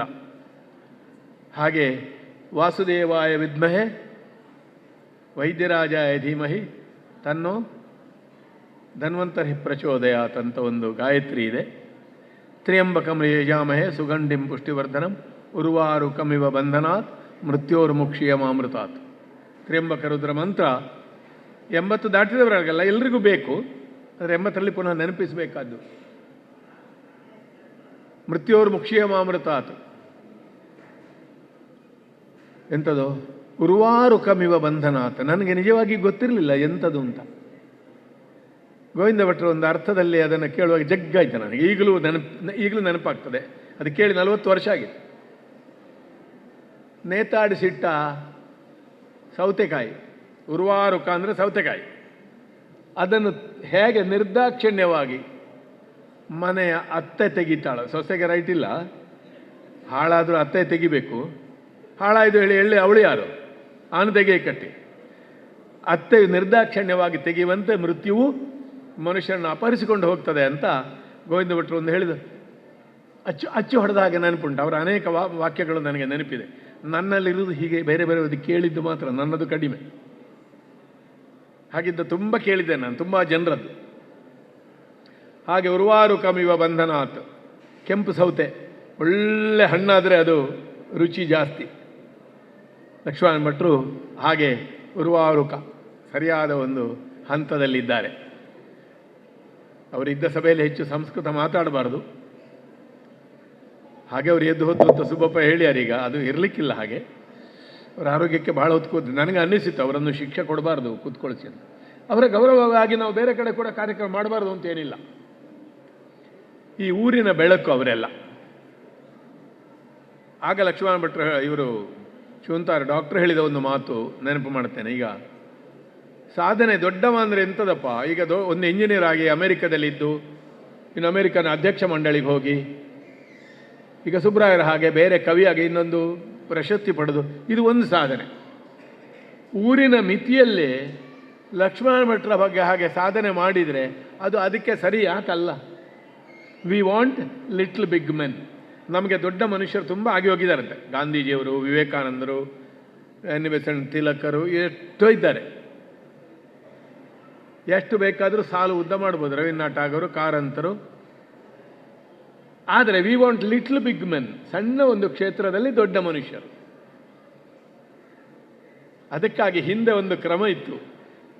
ಪ್ರತಿಯೊಂದು ಸ್ಥಳದಲ್ಲಿ ಒಬ್ಬ ಗಾಂಧಿ, ಕುಂಬಳೆ ಗಾಂಧಿ, ಎಕ್ಕಾರ್ ಗಾಂಧಿ, ಕಾರ್ಕಳ ಗಾಂಧಿ ಕೇಳಿರ್ಬೋದು ನೀವು. ಉತ್ತರ ಕನ್ನಡದಲ್ಲಿ ಅಂಕೋಲ ಗಾಂಧಿ, ಯಲ್ಲಾಪುರ ಗಾಂಧಿ. ಇದು ಎಂಥದ್ದು ಅಂತ ನೋಡುವಾಗ ನನಗೆ ಅರ್ಥ ಆಯಿತು. ಅಲ್ಲಿ ಗಾಂಧೀಜಿ ಮಾಡಿದಂತಹ ಕೆಲಸವನ್ನು ಈ ಗಡಿನಾಡ ಗಾಂಧಿ ಅಂತ ಹೇಳಿದ ಹಾಗೆ. ಆಗ ಗಾಂಧಿ ಅಂದರೆ ಅದು ಸಾಧನೆಯ ಸಂಕೇತ. ನಮ್ಮೂರಿನಲ್ಲಿ ಒಬ್ಬರು ಅವರೇ ಹಾಕಿಕೊಳ್ತಿದ್ರು, ಇಂಥ ಊರಿನ ಶೇಣಿ ಅಂತ, ಅರ್ಥಧಾರಿ. ಶೇಣಿ ಅಂದರೆ ಅರ್ಥಧಾರಿ ಅಂತ ಅರ್ಥ. ನನ್ನ ಹತ್ರ ಒಬ್ಬರು ಅರ್ಥ ಹೇಳಿದ್ದಾರೆ ಚೌಕಿಗೆ ಬಂದು. ಒಂದು ದುರ್ವಾದ ಮಾಡಿ, ರಾವಣ ಮಾಡಿ, ಎಂಥದೋ ಮಾಡಿ, ಹೇಳು ನಿನ್ನ ಶೇಣಿಯವರಿಗೆ ಹೇಳು, ಮಹಾದೇವ ಭಟ್ಟನ ರಾವಣ ಹೀಗೆ ಹೇಳಿದ ಅಂತ ನಿನ್ನ ಶೇಣಿಗೆ ಹೇಳು. ಹೇಳುವಾಗಲೂ ಆರಾಧನೆ ಶೇಣಿ ಇದ್ದೆ, ಶೇಣಿ ದೊಡ್ಡವರೇ. ಆದರೆ ಶೇಣಿ ಹಾಗೆ ಆದ ವಾದ ಅಲ್ಲ, ನಾನು ರಾಕ್ಷಸನೇ ಅಂತ ವಾದ ಮಾಡಿದರು ಅವರು. ಪರಸ್ತ್ರೀ ಅಪಹಾರ ನನಗೆ ಕರ್ತವ್ಯ ಅಂತ ಹೇಳುವಾಗ ಏನು ಹೇಳಿದರು? ನಿನ್ನ ಶೇಣಿಗೆ ಹೇಳು ಅಂತ. ಅಂದರೆ ಕೆಲವು ಆದರ್ಶಗಳನ್ನು ಇಟ್ಟುಕೊಂಡಾಗ ಅದರ ಸ್ಫೂರ್ತಿಯಿಂದ ಹೊಸ ಆದರ್ಶಗಳು ಹುಟ್ಟಿಕೊಳ್ಳುತ್ತವೆ. ಹಳ್ಳಿಯ ಬದುಕು ವಿಘಟಿತವಾಗ್ತಾ ಇದೆ. ಗ್ರಾಮೀಣ ಶ್ರೀಮಂತಿಕೆಯು ಕೂಡ ಇಂಡಸ್ಟ್ರಿ ಮತ್ತು ಬಿಸಿನೆಸ್ಸಿನ ಮುಂದೆ ಸ್ವಲ್ಪ ದುರ್ಬಲವಾಗ್ತಾ ಇದೆ. ಅಡಿಕೆಗೆ 500 ರೂಪಾಯಿ ಆದ ಮೇಲೆ ಹಾಗೆ ಹೇಳಾಗ ಅದಕ್ಕೆ ಈಗ ಚೊಕ್ಕಾಡಿಯಲ್ಲಿ ರೆಡಿಮೇಡ್ ಉತ್ತರ. ಚೊಕ್ಕಾಡಿ ಪಂಜ ಕಲ್ಮಡಕ ತುಂಬ ರಿಚ್ ಏರಿಯಾ, ಶ್ರೀಮಂತ. ಅಡಿಕೆ ಬೆಳೆಗಾರಲ್ಲೇ ತುಂಬ ಇಡೀ ತಂಪು. ಸುಬ್ಬಪ್ಪಯ್ಯನಿಗೆ ನಾನು ಹೇಳಿಕೊಂಡು ಗುಂಡು ಹೊಡೆದ್ರೆ ತಾಗಲಿಕ್ಕಿಲ್ಲ ಅಂತ. ರೇಟ್ ಆಯ್ದು ಮಾರಾಯ, ಬೆಳೆ ಕಡಿಮೆ, ಇದು ಇದ್ದದ್ದೇ. ಆದರೆ ಈ ಊರಿನ ಶ್ರೀಮಂತಿಕೆ ಬರೀ ಆರ್ಥಿಕವಾದ್ದಲ್ಲ. ಲಕ್ಷ್ಮಣ ಭಟ್ರು ಆಗಿದ್ದವರು ಕುಲಪುರೋಹಿತರಾಗಿ ಅವರು ಮಾಡಿದ ಸಾಧನೆಗಳು. ನಮ್ಮಲ್ಲಿ ಒಂದು ವಿಷಯ ಹೇಳ್ತೇನೆ, ನಮ್ಮ ಚಿತ್ಪಾವನರಲ್ಲಿ ಕುಲಪುರೋಹಿತ ಪದ್ಧತಿ ಇಲ್ಲ. ನಮಗೆ ಇಂತಿಷ್ಟು ಶಿಷ್ಯವರ್ಗ ಅಂತಿಲ್ಲ. ಋಗ್ವೇದಿ, ಆಶ್ವಲಾಯನ, ಅಲ್ಲದ್ರೆ ಬೋಧಾಯನ ಬೇರೆ ಆಗ್ತದೆ. ಪ್ರಯೋಗ ಬಲ್ಲವರು ಇವತ್ತು ಈ ಸಲ ಒಬ್ಬ, ನಾಡ್ದವ ಸಿಕ್ಕದಿದ್ರೆ ಇನ್ನೊಬ್ಬ. ಪರಸ್ಪರ ಪೌರೋಹಿತ್ಯ. ನಾರಾಯಣ ಭಟ್ರಿಗೆ ಪ್ರಭಾಕರನಿಗೆ ಗೋವಿಂದ, ಗೋವಿಂದನಿಗೆ ಗಣಪಯ್ಯ. ಪ್ರಯೋಗ ಗೊತ್ತಿದ್ರೆ ಆಯಿತು. ಕುಲಪುರೋಹಿತ ಪದ್ಧತಿಯೇ ನಮ್ಮಲ್ಲಿಲ್ಲ. ಅದು ನಿಮ್ಮಲ್ಲಿ ಉಂಟು. ಇರುವವರಿಗೆ ಎಷ್ಟೋ ಸಲ ಲಕ್ಷ್ಮಣ ಭಟ್ರಿಗೆ ಇರುಸುಬರು ಸಾಕ್ತದೆ ಒಂದೇ ದಿವಸಕ್ಕಾಗುವಾಗ. ನೀರಬಿದ್ರೆಯಲ್ಲಿಯೂ ಚೊಕ್ಕಾಡಿಯಲ್ಲಿಯೂ ಎಲ್ಲ ಕಡೆ ಕೆಲಸ ಇದ್ದರೆ ಅದಕ್ಕೆ ಜನ ಮಾಡಿ. ಎಷ್ಟೋ ಪುರೋಹಿತರನ್ನು ನಾನು ಕೇಳಿದ್ದೇನೆ, ಶಿಷ್ಯವರ್ಗದಲ್ಲಿ ಹಣ ಇಲ್ಲದಿರುವಾಗ ಕರ್ಮಾಂಗ ನಿಲ್ಲಬಾರದು ಅಂತ ದುಡ್ಡು ಕೊಟ್ಟು ಮಾಡಿಸಿದವರಿದ್ದಾರಂತೆ. ಅಂತಹ ಪುಣ್ಯಾತ್ಮರು ಲಕ್ಷ್ಮಣ ಭಟ್ರು. ಇವತ್ತು ಸಂಸಾರ ಸುಖ ಸಂಸಾರವಾಗಿದೆ. ದೊಡ್ಡ ಯಶಸ್ವಿ ಸಂಸಾರವಾಗಿದೆ. ಮಕ್ಕಳು ಮೊಮ್ಮಕ್ಕಳು, ಒಬ್ಬರು ಪುರೋಹಿತರಾಗಿ ನೆಲೆಗೊಂಡಿದ್ದಾರೆ. ತುಂಬ ಸಂತೋಷದ ವಿಷಯ. ಕೆಲವು ವರ್ಷ ಹಿಂದೆ ನಾನು ಬಂದಿದ್ದೆ. ಚುಂತರಿಗೂ ನನಗೂ ಏನೋ ಆಧ್ಯಾತ್ಮಿಕ ಸಂಬಂಧ ಉಂಟು ಅಂತ ಕಾಣುತ್ತದೆ. ಇಲ್ಲದ್ರೆ ಹವ್ಯಕ ಸಮಾಜದಲ್ಲೇ ನನ್ನ ಆಗಿದ್ದ ಅರ್ಥಧಾರಿಗಳು ಇದ್ದಾರೆ, ಭಾಷಣಗಾರರು ಎಷ್ಟು ಇದ್ದಾರೆ. ಪ್ರೀತಿಯಿಂದ ಕಳೆದ ಸಲವು ಕರೆದಿದ್ದಾರೆ. ಇದು ಭಾಗವಹಿಸುವುದು ಅವರ ಅಭಿನಂದನೆ ಮಾತ್ರ ಅಲ್ಲ, ನಮಗೆ ಗೌರವ. ಬರೆಯದ ಮಾನಪತ್ರಗಳು ಅಂತ ನಾನು ಹೇಳೋದು. ಶೇಣಿಯವರಿಗೆ ಅಭಿನಂದನೆ ಮಾಡಿದ್ದು, ಸುಬ್ಬಪ್ಪಯ್ಯನ ಮನೆಯಲ್ಲಿ ಹೋಗಿ ಉಳಿದದ್ದು 4 ದಿವಸ, ಲಕ್ಷ್ಮಣ ಭಟ್ರ ಫಂಕ್ಷನಿಗೆ ಬರೋದು, ಸೀತಾರಾಮಯ್ಯನ ಒಡನಾಟ, ಇದೆಲ್ಲ ನಮಗೆ ಬರೆಯದ ಮಾನಪತ್ರಗಳು. ಮಾನಪತ್ರವಾಗಿ ಬರೀಲಿಲ್ಲ, ಆದರೆ ನಾವು ಮಾನವನ್ನು ಹೊಂದುವ ಪತ್ರ ಅದು. ನನ್ನ ಮೊದಲ ಪುಸ್ತಕ ಚೊಕ್ಕಾಡಿಯಲ್ಲಿ ಪ್ರಕಟ ಆದ್ದು. ನನಗೂ ಚೊಕ್ಕಾಡಿಗೂ ಸೆಕೆಂಡ್ ಹೋಮ್ ಎನ್ನುವಂತಹ ಇದೆ ಉಂಟು. ಈಗಲೇ ಹೇಳಿದ್ರಲ್ಲ, ಸುಮಾರು ಸಮಯ ಆಯಿತು ಕಾಣದ್ದೇ. ಆ ಸಂಪರ್ಕ ಪುನರ್ನವೀಕರಣಗೊಳ್ಳುವುದಕ್ಕೂ ಒಂದು ಕಾರಣವಾಯಿತು. ಶ್ರೀಮದ್ ಭಾಗವತದಲ್ಲಿ ಒಂದು ಮಾತು ಬರ್ತದೆ, ಸ್ವರ್ಗಾಗತಾನಾಂ ಇಹಜೀವಲೋಕೆ 4 ಚಿಹ್ನಾನಿ ಭವಂತಿ ತಸ್ಯ ದಾನಪ್ರಸಂಗೋ ಮಧುರಾಚವಾಣಿ ದೇವಾರ್ಚನಂ ಸುವ್ರತ ಪೂಜನಂಚ. ಸ್ವರ್ಗಾಗತಾನಾಂ, ಸ್ವರ್ಗದಲ್ಲೇ ಇರಬೇಕಾದವರು ತಪ್ಪಿಯೋ ಅಲ್ಲ ಊರು ಒಳ್ಳೇದು ಮಾಡಲಿಕ್ಕೋ ಬರ್ತಾರಂತೆ ಕೆಲವರು, ಲಕ್ಷ್ಮೀನಾರಾಯಣ ಭಟ್ರು ಆಗಿದ್ದವರು. ಅವರಲ್ಲಿ ಏನಿರ್ತದೆ ಅಂತ. ಸ್ವರ್ಗಾಗತಾನಾಂ ಇಹ ಜೀವಲೋಕೆ 4 ಚಿಹ್ನಾನಿ ಭವಂತಿ, 4 ಚಿಹ್ನೆಗಳನ್ನು ಹೇಳಿದ್ದಾರೆ. ದಾನಪ್ರಸಂಗೋ, ಕೊಡುವ ಮನಸ್ಸು ಬಹಳ ದೊಡ್ಡದದು. ಪುರೋಹಿತನಿಗೆ ಶ್ರೀಮಂತ ಶಿಷ್ಯ ಇದ್ದರೆ ಹೆಚ್ಚು ದಕ್ಷಿಣೆ ಕೊಡ್ತಾನೆ ಅಂತ ಇಲ್ಲ. ನಾನು ಪುರೋಹಿತ ಮನೆತನದವನೇ, ಅಂದರೆ ನನ್ನದು ಪುರೋಹಿತ ಪ್ರಯೋಜನ ಇಲ್ಲ, ನನ್ನ ತಂದೆಯವರು ಅಜ್ಜನೂ ಇಲ್ಲ. ದಾನ ಪ್ರಸಂಗ, ದಾನ ಕೊಡುವಿಕೆ ಎನ್ನುವುದು ರಂತಿದೇವರ ಹಾಗೆ, ಅದು ಹೃದಯದ ಗುಣ. ನಾನು ಕಂಡಿದ್ದೇನೆ. ತುಂಬ ಹಣ ಇದ್ದವರು ದಾನ ಕೊಡದಿರುವುದು ಅಲ್ಲ, ಅವರು ದಾನವೇ ಕೊಡ್ತಾರೆ, ಅವರ ಮಕ್ಕಳು ಮೊಮ್ಮಕ್ಕಳಿಗೆ ಕೊಡ್ತಾರೆ ಅಷ್ಟೆ. ಅದು moment and attitude of mind, ಅದು ಎಲ್ಲರಿಗೂ ಬರುವುದಿಲ್ಲ. ದಾತೃತ್ವಂ ವಂಶಪುಣ್ಯೇನ, ವಂಶಪುಣ್ಯದಿಂದ ದಾತೃತ್ವ ಬರಬೇಕು. ಎಂಥ ಮಾತು! ದಾನ ಪ್ರಸಂಗೋ ಮಧುರಾಚ ವಾಣಿ, ಮಧುರವಾದ ಮಾತು, ಒಂದು ಸ್ವೀಟ್ ಒಲಿಸುವ ಮಾತು ಮಾತ್ರ ಅಲ್ಲ, ವಿಷಯ ಪ್ರಪೂರ್ಣವಾದ ಮಾತು. ಈಗ ನನ್ನ ಹಾಗೆ ಅಲ್ಲ, ನಾನು ಮಧುರಾಚವಾಣಿ ಅಲ್ಲ, ತುಂಬ ಒಂದು ಪೆದಂಬನ ಹಾಗೆ ಮಾತಾಡುವವ ನಾನು. ಅದು ಎಲ್ರಿಗೆ ಬರುವುದಿಲ್ಲ. ದಾನ ಪ್ರಸಂಗೋ ಮಧುರಾಚವಾಣಿ ದೇವಾರ್ಚನಂ, ಎರಡು ರೀತಿಯಿಂದ ಮಾಡಿದ್ದಾರೆ. ಒಂದು ತಾನು ಕರ್ಮಾಂಗವನ್ನು ಮಾಡಿದ್ದಾರೆ, ಮಾಡಿಸಿದ್ದಾರೆ, ಮತ್ತು ಅದನ್ನು ವೃತ್ತಿ ಅಂತ ಮಾಡಲಿಲ್ಲ, ಆಗಬೇಕು ಅಂತ ಮಾಡಿದ್ದಾರೆ. ಸುವ್ರತ ಪೂಜನಂಚ, ಸುವ್ರತಿ ಪೂಜನಂಚ, ಒಳ್ಳೆಯ ವ್ರತ. ಧಾರ್ಮಿಕ ಇರ್ಬೋದು, ರಾಜಕೀಯ ಇರ್ಬೋದು, ಸಾಮಾಜಿಕ ಇರ್ಬೋದು, ಕೃಷಿ ಇರ್ಬೋದು, ಅದನ್ನು ಮಾಡುವವರನ್ನು ಪೂಜಿಸಿದ್ದಾರೆ, ಅದನ್ನು ಪೂಜಿಸಿದ್ದಾರೆ. ಪುಸ್ತಕದ ಉದ್ದಗಲದಲ್ಲಿ ಆಪ್ತವಾದ ಪ್ರೀತಿಯ ವರ್ಷ ಬಂದಿದೆ. ಸುಬ್ರಾಯರು ಹೇಳಿದ್ರಲ್ಲ ಈಗಲೇ, ಅವರ ಎಂಥದ್ದು ಕಾಟು ಮಾವಿನ ಹಣ್ಣಿನ ಹೆಕ್ಕುವಲ್ಲಿಂದ ಹಿಡಿದು ಅಡುಗೆ ಮಾಡುವಲ್ಲಿಂದ ಹಿಡಿದು ಒಂದು ಕ್ಷಣವನ್ನು ಹಾಳು ಮಾಡದೆ ಕೃಷಿಕನಾಗಿ ಮೊಮ್ಮಕ್ಕಳು ತಮ್ಮನ್ನು ಎಷ್ಟು ಪ್ರೀತಿಸಿದ್ದಾರೆ ಅಜ್ಜ ಅಂತ ತೋರಿಸಿದ್ದಾರೆ. ಸಣ್ಣ ಸಣ್ಣ ವಿಷಯ ಬುದ್ಧಿ ಹೇಳಿದ್ದು, ತಪ್ಪುವಾಗ ಜಾಗೃತ ಮಾಡಿದ್ದು, ಅಂದರೆ ಅಟೆಂಟಿವ್. ಎಷ್ಟೋ ಜನ ಪುರೋಹಿತರು ವ್ಯವಹಾರ ಜ್ಞಾನಿಗಳಲ್ಲ ಅಂತ ಒಂದು ಮಾತಿದೆ, ಅವರು ಹಾಗೆ ಇರಲಿಲ್ಲ. Wise, frugal, intelligent, kind by nature. ಹಾರ್ದಿಕವಾಗಿಯೇ ಹಾಗೆ ಇದ್ರು ಅವರು. ದಾನ ಪ್ರಸಂಗೋ ಮಧುರಾಚವಾಣಿ ದೇವಾರ್ಚನಂ ಸುವ್ರತ ಪೂಜನಂಚ, 4 ಮಾಡಿದ್ದಾರೆ. ಈ ಸಂದರ್ಭದಲ್ಲಿ ಸಾಹಿತ್ಯ ಸಂಸ್ಕೃತಿ ವಲಯದಲ್ಲಿ ತುಂಬ ಚರ್ಚೆಗೊಳಗಾದ ಒಂದು ವಿಷಯವನ್ನು ನಾನು ಎತ್ತಿಕೊಳ್ಬೇಕು ಅಂತ ಮಾಡಿದ್ದೇನೆ. ತುಂಬ ಜನ ಬರೀತಾರೆ, ಗೊತ್ತಿದ್ದೋ ಗೊತ್ತಿಲ್ಲದೆಯೋ, ಪುರೋಹಿತಶಾಹಿ, ಬ್ರಾಹ್ಮಣರು, ಅವರಿಗೆ ಎಂತ ಗೊತ್ತಿಲ್ಲ. ಹಿಂದೂಗಳಲ್ಲಿ ವಿಶೇಷವಾಗಿ ಮೇಲ್ವರ್ಗದಲ್ಲಿ ಪುರೋಹಿತಶಾಹಿ ಇಲ್ಲ. ಪುರೋಹಿತಶಾಹಿ ಅಂದರೆ ಏನು ಅಂತ ಗೊತ್ತಿಲ್ಲದವರಿಗೆ ಮೋಸ ಮಾಡೋದು ಅಷ್ಟೇ. ಪುರೋಹಿತಶಾಹಿ ಅಂದರೆ ಏನು ಗೊತ್ತುಂಟಾ? ಒಬ್ಬ ಹೇಳಿದ ಹಾಗೆ ಇಡೀ ಕೇಳೋದು. ಈಗ ಇಡೀ ಒಂದು ವಲಯದ ಧಾರ್ಮಿಕ ಗುರು ಒಬ್ಬ, ಅವ ಹೇಳಿದ ಹಾಗಿರಬೇಕು, ಅವ ಹೇಳದೆ ಮದುವೆ ಆಗೋದಿಲ್ಲ.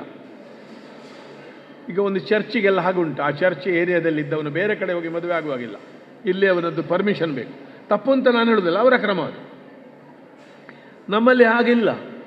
ಈಗ ನಮಗೆ ಬೇರೆ ಜಾತಿಯ ಯಾರ ಪೌರೋಹಿತ್ಯವೂ ಇಲ್ಲ, ನಮ್ಮದೇ ಇರುವುದು. ನಮಗೆ 90ನೇ ಇಸ್ವಿಯವರೆಗೆ ಸತ್ಯನಾರಾಯಣ ಪೂಜೆ, ಉಪನಯನದ್ದು ದಕ್ಷಿಣೆ ಹಾಸ್ಯಾಸ್ಪದ ಆಗಿತ್ತು, ನಿಮಗೆ ಗೊತ್ತಿರ್ಬೋದು. 15 ರೂಪಾಯಿ ಅರ್ಧ ಶೇರಕ್ಕಿ, ಅದಕ್ಕಾಗಿ ಹೋಗುವುದಲ್ಲ, ಸಹಾಯ ಮಾಡೋದು ಒಬ್ರಿಗೊಬ್ರು ಅಟ್ಟೆ, ಗಳಿಕೆ ಅಲ್ಲ ಅದು. ಪುರೋಹಿತ ಶಾಹಿ ಇಲ್ಲ. ನಮ್ಮಲ್ಲಿ ಶಾಹಿ ಇರುವುದು ವೇದಕ್ಕೆ. ವೇದೋಖಿಲೋ ಧರ್ಮಮೂಲ, ಧರ್ಮಮೂಲ ವೇದ. ಅಂದರೆ ಪುರೋಹಿತನಿಗೆ ಕೊಡುವ ರೂಲರ್ಶಿಪ್ಪನ್ನು ವರ್ಗಾಯಿಸಿ ಜ್ಞಾನಕ್ಕೆ ಕೊಟ್ಟಿದ್ದಾರೆ. ಇದು ಗೊತ್ತಿಲ್ಲದೆ ಪುರೋಹಿತ ಶಾಹಿ ಮಾತಾಡೋದು. ಎಂಥದ್ದು ಪುರೋಹಿತ? ಎಲ್ಲ ಜಾತಿಯವರ ಲೆಕ್ಕ ತೆಗೀರಿ. ಗುರಿಕಾರರಿಗೆ ಎಷ್ಟು ಸ್ಥಾನ ಉಂಟು? ಜಾತಿ ಬಹಿಷ್ಕಾರ ಮಾಡುವ ಹಕ್ಕು ಪುರೋಹಿತನಿಗಿಲ್ಲ. ಈಗ ಸ್ವಾಮಿಗಳಿಗೂ ಇಲ್ಲ. ಅದು ಬೇರೆ ಜಾತಿಗಳಲ್ಲಿ, ಬೇರೆ ವರ್ಗಗಳಲ್ಲಿ ಅದು ಉಂಟು, ಅದು ಆ ಜಾತಿಯ ಪದ್ಧತಿ. ಆದ್ದರಿಂದ ಪುರೋಹಿತ ಶಾಹಿ ಅಂತ ಹಿಡ್ಕೊಂಡು ಓದುಗರನ್ನು, ಸಮಸ್ತ 6 ಕೋಟಿ ಕನ್ನಡಿಗರನ್ನು ಕೆಲವು ಲೇಖಕರು ಮೋಸ ಮಾಡ್ತಾ ಇದ್ದಾರೆ. ಬ್ರಾಹ್ಮಣ್ಯ ಬೇರೆ, ನೀವೆಂಥದ್ದು ಹೇಳುವುದು ಅಂತ ನಾನು ಕೇಳುವುದು ಅನೇಕರಲ್ಲಿ. ಪುರೋಹಿತನೇ ಬೇಡ ಅಂತ ಹೇಳೋದು ನೀವು? ಫಿಲಾಸಫಿಕಲ್ ಗೈಡ್ ಒಬ್ಬ ಬೇಡುವ? ಕರ್ಮಾಂಗ ಬೇಕು ಅಂತ ಹೇಳುವವನಿಗೆ ಮಾಡಿಸುವ ಬೇಡುವ? ಈಗ ನಮ್ಮಲ್ಲೆಲ್ಲ ಪುರೋಹಿತರು ಬಂದೆ, ನಮ್ಮ ತಂದೆಯವರು ಕರ್ಮಾಂಗ ಮಾಡುವ ಆರೋಗ್ಯ ಇರುವಾಗ ಪುರೋಹಿತರಿಗೆ ತುಂಬ ಕೆಲಸ ಇಲ್ಲ, ಮಾಡ್ತಾ ಹೋಗ್ತಿದ್ರು ಅವರು. ನನ್ನ ಅಣ್ಣನೂ ಹಾಗೆ. ಆದರೆ ಬೇಕು, ತಿಳಿದವರೇ ಬೇಕು. ಈಗ ಕರ್ತೃವಿಗೆ ಸಹಾಯ ಮಾಡುವ ಒಬ್ಬ ಪುರೋಹಿತ ಬೇಡವೋ, ಅಲ್ಲ ಪುರೋಹಿತ ಶಾಹಿ ಇರಬಾರ್ದು ಅಂತ ಹೇಳೋದು ಪ್ರಶ್ನೆ. ಪುರೋಹಿತ ಶಾಹಿ ಇದ್ದದ್ರಲ್ಲಿ ಲಕ್ಷ್ಮೀನಾರಾಯಣ ಭಟ್ರು ಹಾಗಿದ್ದವರು ಹಾಗಿರ್ತಿದ್ರು ಆರ್ಥಿಕವಾಗಿ, ಯಾವಾಗಲೇ ಏನೋ ಆಗಿ ಹೋಗ್ತಿದ್ರು. ಪುರೋಹಿತರೆಲ್ಲ ದೊಡ್ಡ ಜಮೀನ್ದಾರ ಆಗಬೇಕಿತ್ತು, ಹಾಗಿಲ್ಲ ಅಲ್ಲ. ಯಾವ ಸಮಾಜದಲ್ಲಿ ಆದರೂ ಉಂಟ, ಪುರೋಹಿತರು ಬಡವರಾಗಿಯೇ ಇದ್ದಾರೆ. ಇದನ್ನು ತಿಳಿಯದೆ ಪೌರೋಹಿತ್ಯ ಅಂದರೆ ಏನು ಅಂತ ಗೊತ್ತಿಲ್ಲದೆ ಮಾತನಾಡಿದರೆ ಅರ್ಚಕರು, ಪುರೋಹಿತರು 90-95 2000 ಇಸ್ವಿವರೆಗೂ ಕಡು ಕಷ್ಟದಲ್ಲಿ ಬದುಕಿದ್ದಾರೆ. ಈಗ ಯಾವ ದೇವಸ್ಥಾನಗಳಿಗೆ ಅರ್ಜಿ ಹಾಕ್ತಾರೋ, ನಾನು ಟ್ರಸ್ಟಿ ಆಗ್ತೇನೆ, ನಾನು ಮುಕ್ತೇಶ್ವರನಾಗ್ತೇನೆ, ನಮ್ಮ ಊರಿನ ದೇವಸ್ಥಾನಗಳಿಗೆ ಯಾರು ಬರುವುದಿಲ್ಲ, ಯಾಕಂದರೆ 6 ತಿಂಗಳಿಗೆ ಬೇಕಾಗುವಷ್ಟೇ ಇರುವುದಲ್ಲಿ, ಮತ್ತು ಯಾರು ನಾವೇ ಹಾಕಬೇಕು ಹಣ. ಶ್ರೀಮಂತ ದೇವಸ್ಥಾನಗಳಿಗೆ ಮಾತ್ರ ಅರ್ಜಿ ಹೋಗ್ತದೆ. ಆ ದೇವಸ್ಥಾನಗಳವರು ಅವರೇ ಅನ್ನ ಬೇಯಿಸಿ ಹೊತ್ತುಕೊಂಡು ಹೋಗಿ ನೈವೇದ್ಯ ಮಾಡಿ ಆ ದೇವಸ್ಥಾನಗಳನ್ನು ಉಳಿಸಿದ್ದು. ಹೀಗೆ ಉಳಿಸಿ ತಂದ ವೈದಿಕ ಧರ್ಮ ಈಗ ಅದು ಒಂದು ಯಾರದೋ ಕಣ್ಣಿಗೆ ಗುರಿಯಾಗಿದೆ. ಆದ್ದರಿಂದ ಸಾಮಾಜಿಕವಾದ ಇತಿಹಾಸದ ಪರಿಚಯ ಇಲ್ಲದೆ ನಾವು ಮಾತನಾಡೋದು ಕಷ್ಟ. ಇಂಥ ಒಂದು ಸನ್ನಿವೇಶದ 2 ಕಾಲಘಟ್ಟಗಳಿದ್ದು ತನ್ನಾಗೆ ತಾನೇ ಮಾಡಿ ಇದಕ್ಕೆಲ್ಲ ಲಕ್ಷ್ಮೀನಾರಾಯಣ ಭಟ್ರಂಥವ್ರು ಉತ್ತರ ಕೊಡಲಿಕ್ಕೂ ಹೋಗುವುದಿಲ್ಲ. ಮೊನ್ನೆ ಒಬ್ಬರು ಲೇಖಕರು ಬರೆದರು, ಬ್ರಾಹ್ಮಣರ ಮೇಲೆ ತುಂಬ ದಾಳಿ ಆಗ್ತದೆ, ಪುರೋಹಿತ ಶಾಹಿ ಅಂತ ಬಾಯಿಗೆ ಬಂದದೆಲ್ಲ ಹೇಳ್ತಾರೆ. ನಮ್ಮ ಆರ್ಷ ಪಂಡಿತರು, ಸಂಸ್ಕೃತ ಪಂಡಿತರು, ಪುರೋಹಿತರು ಇದರಲ್ಲಿ ಮಾತಾಡುವುದಿಲ್ಲ, ನಮಗೆ ಸಹಾಯ ಮಾಡೋದಿಲ್ಲ, ಕೌಂಟರ್ ಅಟ್ಯಾಕ್ ಮಾಡಲಿಕ್ಕೆ, ಹಿಂದೆ ಉತ್ತರ ಕೊಡಲಿಕ್ಕೆ ಕೊಡುವುದಿಲ್ಲ. ಅದು ಯಾಕೆ ಕೊಡೋದಿಲ್ಲ ಅಂದರೆ ಅವರಿಗೆ ವಿಷಯ ಗೊತ್ತಿಲ್ಲ ಒಂದು. ಮತ್ತು ಎಂಥದ ಹೇಳ್ತಾವು, ನಾವು ನಮ್ಮ ಕೆಲಸ ಮಾಡಿಕೊಂಡು ಇಪ್ಪದು. ಅವರು ಬಾದರಡಲ್ಲ ಅದರಲ್ಲಿ. ಅಂದರೆ ರಾಜಕೀಯ ದೃಷ್ಟಿಯಿಂದ ಧಾರ್ಮಿಕತೆಯನ್ನು ಉತ್ತರಿಸಬೇಕಾದ ವಿಷಯ ಅಂತೂ ಗೊತ್ತಿಲ್ಲ ಅವರಿಗೆ. ಆ ಪ್ರಜ್ಞೆ ನಮ್ಮ ಪುರೋಹಿತರಲ್ಲಿ ಬೆಳಿಬೇಕಾದ ಅಗತ್ಯ ಉಂಟು. ಬದುಕಿನ ಉದ್ದಕ್ಕೂ ಕೃಷಿ, ಕುಟುಂಬ ಪ್ರೀತಿ, ಆಹಾರ, ಅಡುಗೆ, ಅಂದರೆ ದೇಸಿ ಹಾಲ್ನಲ್ಲಿ ನಿಂತು ನಾವು ಯಾವ ಮೌಲ್ಯಗಳನ್ನು ಮಾತಾಡ್ತೇವೋ ಅದನ್ನು ಬದುಕಿದವರು ಲಕ್ಷ್ಮೀನಾರಾಯಣ ಭಟ್ರು. ಭಗವದ್ಗೀತಾ ಸಾರವಾದ ಒಂದು ಮಾತುಂಟಲ್ಲ, ಯತಃ ಪ್ರವೃತ್ತಿರ್ಭೂತಾನಾಂ, ಏನು ಅದ್ಭುತ ಶ್ಲೋಕ ಅದು. ಯಾವ ಧರ್ಮೀಯರು ಯಾರೂ ಒಪ್ಪಬಹುದು. ಯತಃ ಪ್ರವೃತ್ತಿರ್ಭೂತಾನಾಂ, ಯಾವುದರಿಂದ ಜಗತ್ತಿಗೆ ಪ್ರವೃತ್ತಿ ಉಂಟಾಗಿದೆ, ಯಾವನಿಂದ ಅಲ್ಲ, ಯಾವುದರಿಂದ. ಏನ ಸರ್ವಮಿದಂ ತತಂ, ಯಾವುದರಿಂದ ಇದು ತುಂಬಿದೆಯೋ, ಸ್ವಕರ್ಮಣ ತಮಭ್ಯರ್ಚ ಸಿದ್ಧಿಂ ವಿಂದತಿ ಮಾನವ, ತನ್ನ ಕರ್ಮದಿಂದ ಅದನ್ನು ಆರಾಧಿಸಬೇಕಷ್ಟೇ. ಅದು ವೈದ್ಯಕೀಯ ಆಗ್ಬೋದು, ಕೆಲಸ ಆಗ್ಬೋದು, ಜ್ಯೋತಿಷ್ಯ ಆಗ್ಬೋದು, ಆಯುರ್ವೇದ ಆಗ್ಬೋದು, ಎಂಥದ್ದು ಬೇಕಾದರೂ ಆಗ್ಬೋದು.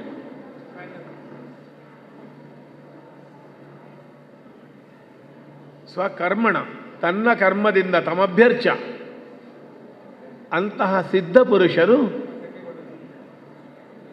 ಚೂಂತಾರ ಲಕ್ಷ್ಮೀನಾರಾಯಣ ಭಟ್ರು. ಆದ್ದರಿಂದಲೇ ಅವರ ಸಂಸಾರ ಯಶಸ್ವಿಯಾಗಿದೆ. ಬಂಧುಗಳು ಸೇರಿ ಒಂದು ಗ್ರಂಥಾರ್ಪಣೆ ಮಾಡಿ ಅಶೀತಿ, ನಮ್ಮ ಭಾಷೆಯಲ್ಲಿ ಅಶೀತಿ, ಐಶಿ ಅಂತ ಹೇಳೋದು. ಐಶಿ ನಮ್ಮ ಭಾಷೆಯಲ್ಲಿ ಐಶಿ ಅಂದರೆ 80, ಸಂಸ್ಕೃತ ಜನ್ಯವಾದ ಭಾಷೆ. ಆದ್ದರಿಂದ 80 ಇದು ಸಂವತ್ಸರ ಚಕ್ರ 60 ಕಳೆದು 3ನೇ 1 60 + 20 ಮತ್ತು 20 ಅವಧಿ. ಪ್ರತಿಯೊಂದಕ್ಕೆ ಧನ್ವಂತರಿ, ರುದ್ರ ಇತ್ಯಾದಿ ಹೋಮಗಳುಂಟು. ಲೆಕ್ಕ ಮಾಡಿದರೆ ಸಹಸ್ರಚಂದ್ರ ಆಗಿರ್ಬೋದು ಅವರಿಗೆ. ಅದು ಅಧಿಕ ಮಾಸಗಳ ಬರುವುದರ ಮೇಲೆ ಹೋಗ್ತದೆ. ಕೆಲವರಿಗೆ 81ರಲ್ಲಿ ಆಗ್ತದೆ, ಕೆಲವರಿಗೆ 82ರಲ್ಲಿ ಆಗ್ತದೆ. 82ರ ಹತ್ತಿರ ಬರುವಾಗ ಸಹಸ್ರ ಚಂದ್ರ 1000 ಸಲ ಚಂದ್ರನನ್ನು ನೋಡುವಾಗ ಬೆಳಕು ಬಿದ್ದಾಗ ಅದು ಸಿದ್ಧಿ ಅಂತ ಹೇಳ್ತಾರೆ. ಅದು ಪ್ರತ್ಯೇಕವಾಗಿ ವೈದಿಕವಾಗಿ ಆಗಬೇಕಾದ್ದು ಇವರು ಆಧುನಿಕ ಪದ್ಧತಿಯ ಜನ್ಮದಿನದಂತೆ ಆಚರಿಸಿದ್ದಾರೆ. ಒಂದು ಸಿದ್ಧ ಪುರುಷತ್ವದ ನೆಮ್ಮದಿಯ ಸಂತೋಷ ಬೇಕು. ಇವತ್ತಿನ ಧಾವಂತದಲ್ಲಿ ಅತೃಪ್ತಿ ತುಂಬ ಉಂಟಾಗಿದೆ. ನಮ್ಮದು ಸಾಲದು, ಸುಬ್ರಾಯರ ಮಗ ಇಂಜಿನಿಯರ್ ಆಗಿದ್ದಾನೆ ಅಂತ ನನಗೆ ಸಂತೋಷ ಅಥವಾ ಬೇಸರ, ನನ್ನ ಮಗ ಆಗಲ್ಲ ಅಂತಲ್ಲ, ಸುಬ್ರಾಯರ ಮಗ ಆಗಿದ್ದಾನೆ ಅಂತ ಕೋಪ. ಒಂದು ರೀತಿಯ ನೆಗೆಟಿವ್ ಅತೃಪ್ತಿ ಉಂಟಾಗಿದೆ. ಹಾಗೆ ಇಲ್ಲ. ನಾನು ಹೇಳುವುದಾದರೆ ಒಂದು ಸಾಮಾಜಿಕವಾಗಿ ಒಬ್ಬ ಶಾಸಕನಿಗಿಂತ ಒಬ್ಬ ಇಂಜಿನಿಯರಿಗಿಂತ ಒಬ್ಬ ವೈದ್ಯ ಹೆಚ್ಚು ಇಫೆಕ್ಟಿವ್ ಸಮಾಜಕ್ಕೆ. ಅದಕ್ಕಿಂತ ಹೆಚ್ಚು ಒಂದು ತಾಲೂಕು ಆಫೀಸಿನಲ್ಲಿ ಒಬ್ಬ ಆಫೀಸರ್, ಒಬ್ಬ ತಹಶೀಲ್ದಾರು ಸಮಾಜಕ್ಕೆ ಅವನು ಹೆಚ್ಚು ಪ್ರಯೋಜನಕಾರಿ. ಆದ್ದರಿಂದ ಯಾರು ಎಲ್ಲಿ ಕೂತಿದ್ದಾರೆ ಎಂಬುದು ಮುಖ್ಯ. ಹಳ್ಳಿಯಲ್ಲಿ ಬೀಡಬಿಡಿ ಅಂಗಡಿ ಇಟ್ಟವನು ಒಂದು ದೊಡ್ಡ ವ್ಯಕ್ತಿಯೇ. ನಾವು ಒಂದು ವ್ಯಕ್ತಿಯ ಬೆಲೆಯನ್ನು ಎಷ್ಟೋ ಸಲ ಇವ್ಯಾಲ್ಯುವೇಟ್ ಮಾಡುವ ರೀತಿ ತಪ್ಪಾಗಿದೆ. ನಾವು ನೆರೇಟಿವ್ ಬದಲಾಗಬೇಕು ನಮ್ಮದು. ನಮ್ಮಂತಹ ಅನೇಕರೇ ಬೇರೆ ಬೇರೆ ಕ್ಷೇತ್ರದಲ್ಲಿ ಹೋದರೆ ಹೆಚ್ಚು ಗಳಿಸಬಹುದಾಗಿತ್ತು. ಆದರೆ ಹೀಗೆ ನಾವು ಪರಿಚಿತರೋ ಹೆಚ್ಚು ಉಪಯುಕ್ತರೋ ಸಮಾಜಕ್ಕೆ ಆಗ್ತಿರಲಿಲ್ವ ನಮಗೆ ಕಾಣಿಸೆ ಹೇಳಲಿಕ್ಕೆ ಬರುವುದಿಲ್ಲ. ಲಕ್ಷ್ಮಣರು ಹುಟ್ಟಿದ ಊರಲ್ಲೇ ಗಟ್ಟಿಯಾಗಿ ಬೇರು ಬಿಟ್ಟು ಅರಳಿ ಸ್ವಸಾಧನೆಯಿಂದ ವೇದ ಕಲ್ತದ್ದು ಮಾತ್ರ ಅಲ್ಲ, ವೇದ ಸಾಕ್ಷಾತ್ಕಾರವನ್ನು ಮಾಡಿಕೊಂಡು ಸಂಸಾರವನ್ನು ಬೆಳೆಸಿ ಕಷ್ಟಪಟ್ಟು ಎಲ್ಲರನ್ನು ಮೇಲೆ ತಂದು ಅವರೊಟ್ಟಿಗೆ 80ನೇ ವರ್ಷವನ್ನು ಅನುಭವಿಸುವ ಸಂತೋಷ. ಕಳೆದ ವರ್ಷದವರೆಗೆ ತುಂಬ ಆರೋಗ್ಯವಾಗಿದ್ದರು. 10 ವರ್ಷದಿಂದ ನಾನು ನೋಡುವಾಗ ವೆರಿ ಹೆಲ್ದಿ, ತುಂಬ ಆರೋಗ್ಯವಂತರಾಗಿದ್ದರು. ಆದರೂ ಆಶೀರ್ವಾದಿಸುವ ಸ್ಥಿತಿಯಲ್ಲಿ ಅವರಿದ್ದಾರೆ. ಅದರಲ್ಲಿ ಭಾಗವಹಿಸುವ ಸಂತೋಷ, ಇಂಥ ಪುಸ್ತಕಗಳನ್ನು ಬಿಡುಗಡೆಯಲ್ಲಿ ಭಾಗವಹಿಸುವ, ನೋಡುವ, ಓದುವ ಖುಷಿ, ಒಂದು ಸಾಹಿತಿ ಕಲಾವಿದನ ಅಭಿನಂದನೆ ಗೌರವ ಗ್ರಂಥವನ್ನು ಓದುವ ಸಂತೋಷ ಬೇರೆ. ಇದರಲ್ಲಿ ಹಳ್ಳಿಯ ಬದುಕು ಬರ್ತದೆ. ಕವಿ ಸುಬ್ರಾಯರಂಥವರು ಅದಕ್ಕೆ ಲೇಖನವೂ ಬರೆದಿದ್ದಾರೆ, ಬಿಡುಗಡೆಯೂ ಮಾಡಿದ್ದಾರೆ. ಇದು ಸಾಮಾನ್ಯ ಒಂದು ಭಾಗ್ಯ ಅಲ್ಲ. ಒಬ್ಬ ಗ್ರಾಮೀಣ ಸಾಧಕನಿಗೆ ಅವರದ್ದೇ ಪ್ರಾಯದಲ್ಲಿದ್ದು, ಅವರು ಕೂಡ ಹಾಗೆ ಊರಲ್ಲೇ ಇದ್ದು ಒಬ್ಬ ಅಧ್ಯಾಪಕನಾಗಿ ಸುಳ್ಯದಲ್ಲಿ ಬ್ಯಾಂಗ್ಳೂರಿನೆಲ್ಲ ಪ್ರೊಫೆಸರ್ ಆಗುವ ಯೋಗ ಎಲ್ಲ ಬಂದಿತ್ತು ಸುಬ್ರಾಯರಿಗೆ. ಬೇಡ ಅಂತೇಳಿ ಹಿ ಡಿಡ್ಂಟ್ ವಾಂಟ್ ಇಟ್. ಅದೆಲ್ಲ ಅವರವರ ಮನೋಧರ್ಮಕ್ಕೆ ಸಂಬಂಧಪಟ್ಟದ್ದು. ಹೀಗೆ ಮರಳಿ ಹಳ್ಳಿಗೆ ಅಂಟಿಕೊಳ್ಳುವುದು. ಈಗ ಕಳೆದ 1 ವರ್ಷದಿಂದ ನಮ್ಮ ದೇಶದಲ್ಲಿ ಆರೋಗ್ಯದಲ್ಲಿ ಏನು ಪರಿಸ್ಥಿತಿ ಬಂದಿದೆ, ಅದರಿಂದ ಬದಲಾಗಿದೆ ಬದುಕು. ಹೊಸ ವಿನ್ಯಾಸಗಳು ಬಂದಿದೆ. ಬಿಟ್ಟೋದವರು ಹಿಂದೆ ಬಂದಿದ್ದಾರೆ. ಭೂಮಿ ಮಾರುವವರು ಅನೇಕರು ಮಾರುವುದು ಬೇಡ ಅಂತ ಆಲೋಚನೆ ಮಾಡಿದ್ದಾರೆ. ರಿಟೈರ್ಡ್ ಕೃಷಿಕರಿದ್ದಾರೆ. ಸುಬ್ಬಪ್ಪಯ್ಯನ ಆಗಿದ್ದವರು. ಅವರಿಗೆ ಹೇಳಿದೆ ನಾನು, ನನ್ನ ಫ್ಲ್ಯಾಟ್ ಕೊಡ್ತೇನೆ, ನಿಮಗೆ ಮೇತ್ರಿ ನಾನು ಬರ್ತೇನೆ ಅಂತ. ಅನೇಕರು ಹಳ್ಳಿಯಿಂದ ಬದಲಾಗ್ತಾರೆ. ನಾನು ಅದು ತಪ್ಪು ಅಂತ ಹೇಳೋದಿಲ್ಲ, ಅವರ ಧೋರಣೆ. ಆದರೆ ಆ ಧೋರಣೆ ಈಗ ಬದಲಾಗಿದೆ. ಅದು ಒಂದು ಪ್ರಯೋಜನ. ಆ ಕಾಲದಲ್ಲಿ ಹಳ್ಳಿಯಲ್ಲೇ ಉದ್ದು ಬೆಳೆದು ಬಾಳಿ ಬೆಳಗಿದ ಲಕ್ಷ್ಮಣ ಭಟ್ರಂಥವರು ಆದರ್ಶರಾಗ್ತಾರೆ. ಇಂತಹ ಕರ್ಮಯೋಗಿ, ವೇದಯೋಗಿ, ಸಾಧಕ ಮತ್ತು ಸಂತೃಪ್ತ ಸಂಸಾರಿಯನ್ನು ಅಭಿನಂದಿಸುವುದಲ್ಲಿ ಭಾಗವಹಿಸುವುದು ಸಂತೋಷ. ಇದಕ್ಕಿಂತ ಹೆಚ್ಚು ಏನು ಹೇಳುವುದಿಲ್ಲ. ನಾನೇನು ಮಾತಾಡಿದಾಗೂ ಅಲ್ಲ, ನನ್ನ ಭಾಷಣ ಪ್ರಾರಂಭವಾಗಲೂ ಇಲ್ಲ. ಯದ್ಯತ್ ವಿಭೂತಿ ಮತ್ಸತ್ವಂ ಶ್ರೀಮದ್ ಊರ್ಜಿತಮೇವವ ತತ್ತದೇವ ಅವಗಚ್ಚತ್ವಂ ಮಮ ಶ್ರೇಯೋಂಶ ಸಂಭವಂ. ಓಂ ಸ್ವಸ್ತಿ. ಬಂಧುಗಳೇ, ಈ ಸಮಾರಂಭದ ಅಧ್ಯಕ್ಷತೆಯನ್ನು ವಹಿಸಿದವರು ನಮ್ಮವರಾದಂಥ ಮಿ ಶಂಕರ ಭಟ್ರು ಅವರು. ನೀರಬಿದ್ರೆ ಒಂದು ಕುಟುಂಬ ಹೇಗೆ ಇರಬೇಕು ಎನ್ನುವುದಕ್ಕೊಂದು ಮಾದರಿ ಕುಟುಂಬ ಅದು. ನೀರಬಿದ್ರೆ ಕುಟುಂಬದಲ್ಲಿ ಅವರು ಎಲ್ರಿಗೂ ದೊಡ್ಡಣ್ಣ, ಪ್ರೀತಿಯಿಂದ ಕೂಡ ಕರೆಯುವುದು ಹಾಗೆ.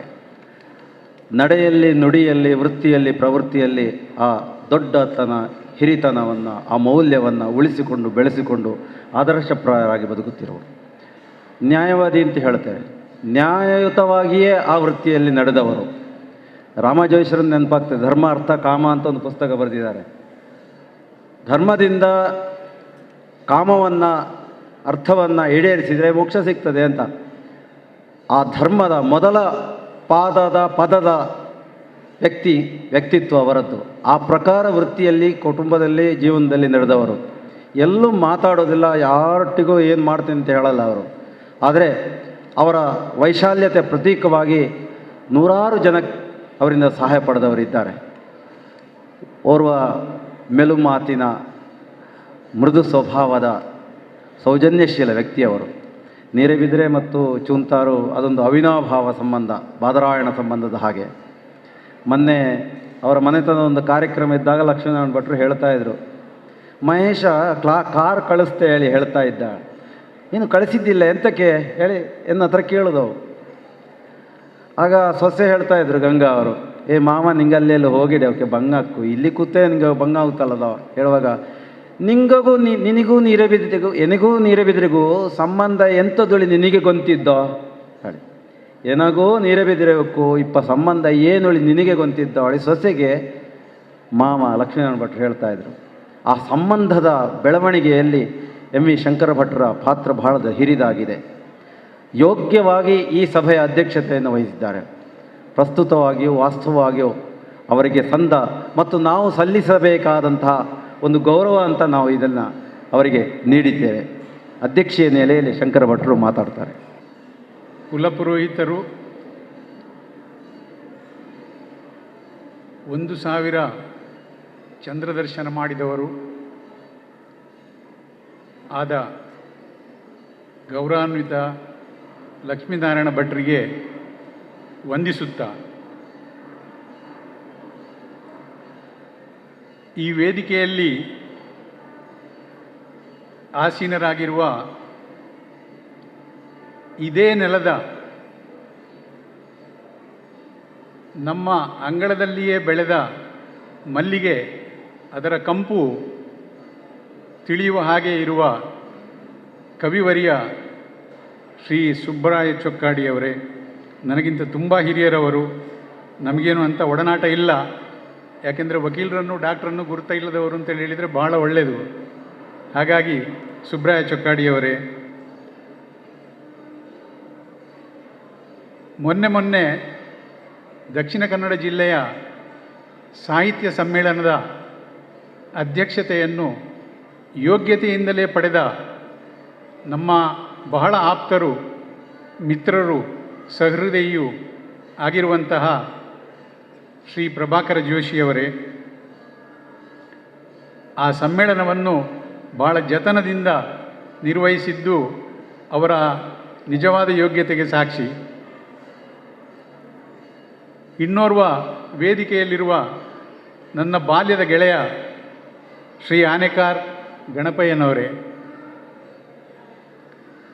ಈ ವೇದಿಕೆಯ ಮುಂದೆ ಇರುವ ಇವತ್ತು ಲಕ್ಷ್ಮೀನಾರಾಯಣ ಭಟ್ರ ಮೇಲಿನ ಅಭಿಮಾನದಿಂದ ಬಂದಂತಹ ಎಲ್ಲ ಬಂಧು ಭಗಿನಿಯರೇ, ಮುಖ್ಯವಾಗಿ ನನ್ನ ಬಾಲ್ಯದ ಸಹಪಾಠಿಗಳಾಗಿದ್ದ ಇಬ್ಬರು ಟ್ವಿನ್ಸ್, ಗಣೇಶ್ ಭಾರದ್ವಾಜ್ ಮತ್ತು ದಿನೇಶ್ ಭಾರದ್ವಾಜ್, ಅವರ ತಮ್ಮ ಇಲ್ಲಿದ್ದಾರೆ. ಎಲ್ಲ ಗಣ್ಯ ವ್ಯಕ್ತಿಗಳು ಮುಂದಿನ ಸಾಲಿನಲ್ಲಿದ್ದೀರಿ. ನನ್ನ ಮನೆಯ ಬಂಧುಗಳು ಇದ್ದಾರೆ, ಶ್ರೀ ಲಕ್ಷ್ಮೀನಾರಾಯಣ ಭಟ್ರ ಮನೆಯ ಬಂಧುಗಳು ಇದ್ದಾರೆ. ನಿಮ್ಮೆಲ್ಲರಿಗೂ ಆತ್ಮೀಯತೆಯನ್ನು, ಈ ಒಂದು ಅವಕಾಶವನ್ನು ಮಾಡಿಕೊಟ್ಟದ್ದಕ್ಕೆ ಒಂದು ಅಭಿವಂದನೆಯನ್ನು ತಿಳಿಸುತ್ತಾ, ಯಾರು ನೀವು ಹೆದರಬೇಕಾದ ಅವಶ್ಯಕತೆ ಇಲ್ಲ. ಯಾಕಂತ ಹೇಳಿದರೆ, ಮಹೇಶ್ ಭಟ್ರು ನನ್ನನ್ನು ಅಧ್ಯಕ್ಷನಾಗಬೇಕು ಅಂತ ಕೇಳಿಕೊಂಡಾಗ ನಾನು ಅವರ ಹತ್ರ ಒಂದು ಮಾತು ಹೇಳಿದೆ, ತುಂಬ ಮಾತನಾಡುವಂಥವರು ಅದೆಷ್ಟೋ ಯೋಗ್ಯರಿದ್ದಾರೆ, ಅಂಥವರನ್ನು ಯಾರನ್ನಾದರೂ ಯಾಕೆ ನೀವು ಸಭಾಧ್ಯಕ್ಷರನ್ನಾಗಿ ಮಾಡುವುದಿಲ್ಲ ಅಂತ ಹೇಳಿದಾಗ ಅವರು ಮುಗ್ಧತೆಯಿಂದ ನೇರವಾಗಿ ಒಂದು ಮಾತು ಹೇಳಿದರು, ನಮಗೆ ನೀವು ಬೇಕು. ಯಾಕೆಂತ ಹೇಳಿದರೆ ನೀವು ವಕೀಲರು, ಹೆಚ್ಚು ಮಾತಾಡುವುದಿಲ್ಲ, ಎಷ್ಟು ಬೇಕೋ ಅಷ್ಟೇ ಮಾತನಾಡ್ತೀರಿ. ಆದ್ದರಿಂದ ಕೊನೆಗೆ ಅಧ್ಯಕ್ಷ ಭಾಷಣ ಆಗುವಾಗ ನಮಗೆ ಬಹಳ ಕಡಿಮೆ ಮಾತನಾಡುವವರು ಬೇಕು ಅಂತ ನಿಮ್ಮನ್ನೇ ಸೂಚನೆ ಮಾಡ್ತಾ ಇದ್ದೇನೆ ಅಂತ ಹೇಳಿದರು. ಆದ್ದರಿಂದ ಆ ಮಾತನ್ನು ಉಳಿಸಿಕೊಳ್ಬೇಕಾದ್ರೆ ನಾನು ಇಡೀ ನಿಮಗೆ ಪಾಯಸದ ಊಟದವರೆಗೆ ಬಂದಿದೆ ಈಗ ಪ್ರಭಾಕರ್ ಜೋಶಿ ಅವರಿಂದ, ಮತ್ತು ಸುಬ್ರಾಯ ಚೊಕ್ಕಾಡಿಯವರಿಂದ, ಮತ್ತು ಆನೆಕಾರ ಗಣಪಯ್ಯನವರಿಂದ. ನಾನು ಬರೇ ಮಜ್ಜಿಗೆಯ ಊಟವನ್ನು ನಿಮಗೆ ಬಡಿಸ್ತಾ ಇದ್ದೇನೆ ಕೊನೆಗೆ. ಹಾಗಾಗಿ ಇನ್ನು ನಿಮಗೆ ಏನು ಆತಂಕ ಆಗಬೇಕಾದ ಅವಶ್ಯಕತೆ ಇಲ್ಲ. ಇಂಥ ಒಂದು ಸಭೆ ಇದು ಲಕ್ಷ್ಮೀನಾರಾಯಣ ಭಟ್ರ ಅಗಲಿದ ಪತ್ನಿಯ ಆತ್ಮದ ಚಿಂತನೆ ಅಂತ ನನ್ನ ಅಭಿಪ್ರಾಯ. ಅವರ ತಮ್ಮ ಹೇಳಿದರು ನಮ್ಮ ಅತ್ತಿಗೆ ಇರಬೇಕಿತ್ತು ಅಂತ. ನನ್ನ ಪ್ರಕಾರ ಅವರು ಇದ್ದಾರೆ. ಅವರೇ ಈ ಮಕ್ಕಳಿಗೆ ಈ ಅಭಿಪ್ರಾಯವನ್ನು ಸೂಚಿಸಿದ್ದಾರೆ ಅಂತ ನನ್ನ ಅಭಿಪ್ರಾಯ. 69ನೇ ಇಸವಿಯಲ್ಲಿ ಸರೋಜಿನಿ ಅಕ್ಕನ ಮದುವೆ ಲಕ್ಷ್ಮೀನಾರಾಯಣ ಭಟ್ರೊಟ್ಟಿಗೆ ಆಯಿತು. ನಾನು ಅದೇ ವರ್ಷ ವಕಾಲತ್ ಪ್ರಾಕ್ಟೀಸ್ ಶುರು ಮಾಡಿದವ. ಈ ಭಟ್ರ ಒಟ್ಟಿಗೆ ಸರೋಜಿನಿ ಅಕ್ಕ ಬಹಳ ಸಂತೋಷದ ಜೀವನ ನಡೆಸಿದ್ದಾರೆ. ಅವರು ಯಾವ ಲೋಕದಲ್ಲಿದ್ದಾರೋ ಅಲ್ಲಿಂದ ಹರಿಸುತ್ತಾ ಇದ್ದಾರೆ ಅಂತ ನನಗೆ ಖಂಡಿತವಾಗಿಯೂ ಭರವಸೆ ಇದೆ, ನಾನು ನಂಬ್ತೇನೆ. ಲಕ್ಷ್ಮೀನಾರಾಯಣ ಭಟ್ರ ಕಾಲದಲ್ಲಿ ಪೌರೋಹಿತ್ಯ ಕಷ್ಟದ ಕೆಲಸ. ಈಗ ವಾಹನಗಳಿವೆ, ಈಗ ಭಟ್ರುಗಳಿಗೆ ಮಂತ್ರ ಅವರ ಕೈ ಬೆರಳಿನ ತುದಿಯಲ್ಲೇ ಇದೆ. ಈಗಿನ ಮೊಬೈಲ್ ಫೋನ್ನಲ್ಲಿ ಬೇಕಾದಷ್ಟು ಮಂತ್ರಗಳನ್ನು ತುಂಬಿಸಿಕೊಂಡ್ರೆ ಅದನ್ನು ಅಲುಗಾಡಿಸಿದ ಕೂಡಲೇ ಎಲ್ಲ ಮಂತ್ರಗಳು ಒಂದಕ್ಕೊಂದು ಬರ್ತಾ ಇರ್ತವೆ. ತಂತ್ರ ಗೊತ್ತಿದ್ರೆ ಆಯಿತು, ಮಂತ್ರ ಪಕ್ಕನೆ ಗೊತ್ತಿಲ್ಲದಿದ್ದರೂ ಕೂಡ ವ್ಯವಹರಿಸುವುದಕ್ಕೆ ಸಾಧ್ಯವಾಗ್ತಾ ಇದೆ. ಆದರೆ ಲಕ್ಷ್ಮೀನಾರಾಯಣ ಭಟ್ರ ಕಾಲದಲ್ಲಿ ಹಾಗಲ್ಲ. ಅವರಿಗೆ ಎಲ್ಲ ಮಂತ್ರಗಳು ಅವರ ನಾಲಿಗೆಯ ತುದಿಯಲ್ಲೇ ಇತ್ತು. ಅಷ್ಟು ಅಭ್ಯಾಸ ಮಾಡಿದ್ದಾರೆ, ಅದನ್ನು ಸತತವಾಗಿ ನೆನಪಿಟ್ಟುಕೊಂಡಿದ್ದಾರೆ. ಇದು ಬಹಳ ಬಹಳ ಕಷ್ಟದ ಕೆಲಸ. ಅವರ ಕಾಲದಲ್ಲಿ ವಾಹನ ಸೌಕರ್ಯ ಇರಲಿಲ್ಲ. ಶಿಷ್ಯರ ಮನೆಗೆ ಹೋಗಬೇಕಾದ್ರೆ ನಡೆದೇ ಹೋಗಬೇಕು. ಒಂದು ಪೌರೋಹಿತ್ಯವನ್ನು ನಿರ್ವಹಿಸುವುದು ಅಂತೇಳಿ ಹೇಳಿದರೆ ಒಂದು ಸಿನಿಮಾ ಡೈರೆಕ್ಟರ್ಗೆ ನಾನು ಅದನ್ನು ಹೋಲಿಕೆ ಮಾಡಲಿಕ್ಕೆ ಉಂಟು ಕೆಲವು ಸಲ. ಯಾಕಂತ ಹೇಳಿದರೆ ಬರೀ ಮಂತ್ರವನ್ನು ಉಚ್ಚಾರ ಮಾಡಿದರೆ ಸಾಲದು, ಅದಕ್ಕೆ ಏನೆಲ್ಲ ಸಲಕರಣೆಗಳು ಆಗಬೇಕು ಅದನ್ನೆಲ್ಲ ಮನೆಯವರಿಗೆ ಮೊದಲೇ ತಿಳಿಸಿ ಅದನ್ನೆಲ್ಲ ಒಟ್ಟುಗೂಡಿಸಿ, ಅದಕ್ಕೆ ಒಬ್ಬರೇ ಪುರೋಹಿತರು ಸಾಕಾ, ಹೆಚ್ಚು ಮಂದಿ ಬೇಕಾ, ಇದನ್ನೆಲ್ಲ ಯೋಚನೆ ಮಾಡಿ ಅವರನ್ನೆಲ್ಲ ಒಟ್ಟುಗೂಡಿಸಿ ಅದನ್ನೊಂದು ನಿಭಾಯಿಸುವುದು ಅಂತೇಳಿ ಹೇಳಿದರೆ ಅದು ಬರೇ ಮಂತ್ರ ಪಠಣದ ಕೆಲಸ ಅಲ್ಲ. ಈ ಎಲ್ಲ ಕೆಲಸವನ್ನು ನಮ್ಮ ಲಕ್ಷ್ಮೀನಾರಾಯಣ ಭಟ್ರು ಎಲ್ಲಿಯೂ ಲೋಪ ಇಲ್ಲದೆ ಮಾಡಿದ್ದು ಬಹಳ ವಿಶೇಷವಾದ ವಿಷಯ. ಅದು ಅವರ ಶಕ್ತಿ. ಲಕ್ಷ್ಮೀನಾರಾಯಣ ಭಟ್ರು 1ನೇ ತಾರೀಕಿಗೆ ಹುಟ್ಟಿದವರು. ನನ್ನ ನ್ಯೂಮರಾಲಜಿಯ ಅಲ್ಪ ಸ್ವಲ್ಪ ಜ್ಞಾನದಲ್ಲಿ ನಾನು ಹೇಳುವುದಾದರೆ ನಂಬರ್ 1 ಪೊಸಿಷನ್ ಅಂತೇಳಿ ಹೇಳಿದರೆ ಅವರು ಸೂರ್ಯನ ಸ್ಥಾನವನ್ನು ಹೊಂದಿದವರು. ಅವರು ದೃಢ ಮನಸ್ಸಿನವರು, ದೃಢ ನಿರ್ಧಾರವನ್ನು ತೆಗೆದುಕೊಳ್ಳುವವರು, ಯೋಗ್ಯ ಪುರುಷರು ಅಂತ ಹೇಳಿ ನ್ಯೂಮರಾಲಜಿಯಲ್ಲಿ ತಿಳಿಸ್ತದೆ. ಸೊ ಈ 1ನೇ ತಾರೀಕಿಗೆ ಹುಟ್ಟಿದಂಥ ಲಕ್ಷ್ಮೀನಾರಾಯಣ ಭಟ್ರು ಅದೇ ನ್ಯೂಮರಾಲಜಿಯ ಯೋಗ್ಯತೆ ಹೇಳಿದಂಥ ಯೋಗ್ಯತೆಗಳಿಗೆ ಅನುಸರಿಸಿಯೇ ಜೀವನ ನಡೆಸಿದ್ದಾರೆ.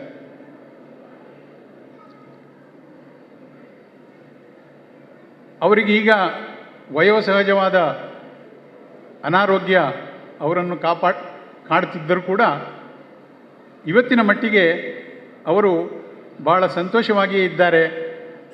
ಭಾಳ ಈ ಸಮಾರಂಭಕ್ಕೆ ಬರುವಷ್ಟು ಅವರ ಆರೋಗ್ಯ ಸುಧಾರಿಸಿದೆ. ಇದು ಈ ಎಲ್ಲ ಬಂಧುಗಳು ಅವರ ಬಗ್ಗೆ ಇಟ್ಟಂತಹ ಪ್ರೀತಿಯ ದ್ಯೋತಕ ಅಂತ ನನ್ನ ಅಭಿಪ್ರಾಯ.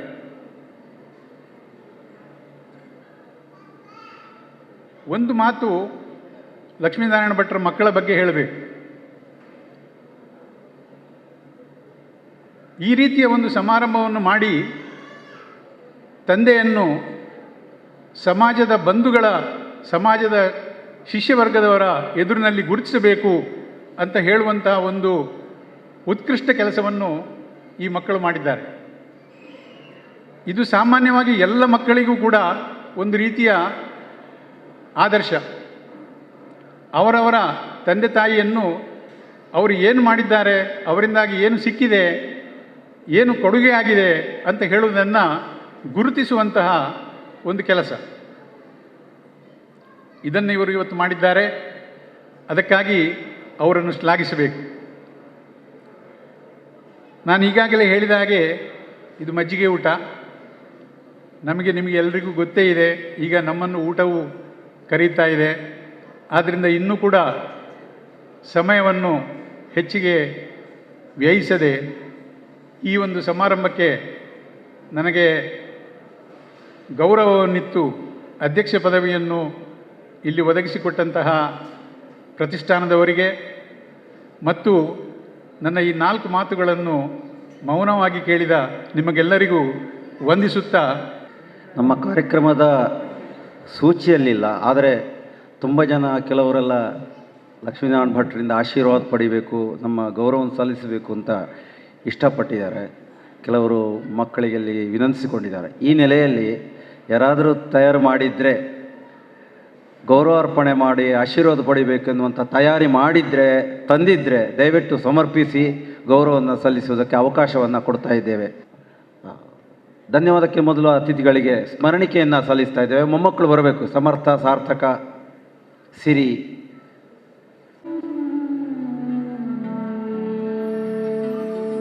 ವಹಿಸಿಕೊಂಡವರಿಗೆ, ಸುಬ್ರಾಯ ಚೊಕ್ಕಾಡಿ ಅವರಿಗೆ, ಡಾಕ್ಟರ್ ಎಂ ಪ್ರಭಾಕರ್ ಜೋಶಿ ಅವರಿಗೆ, ಶ್ರೀ ಆನೆಕಾರ ಗಣಪಯ್ಯನವರು,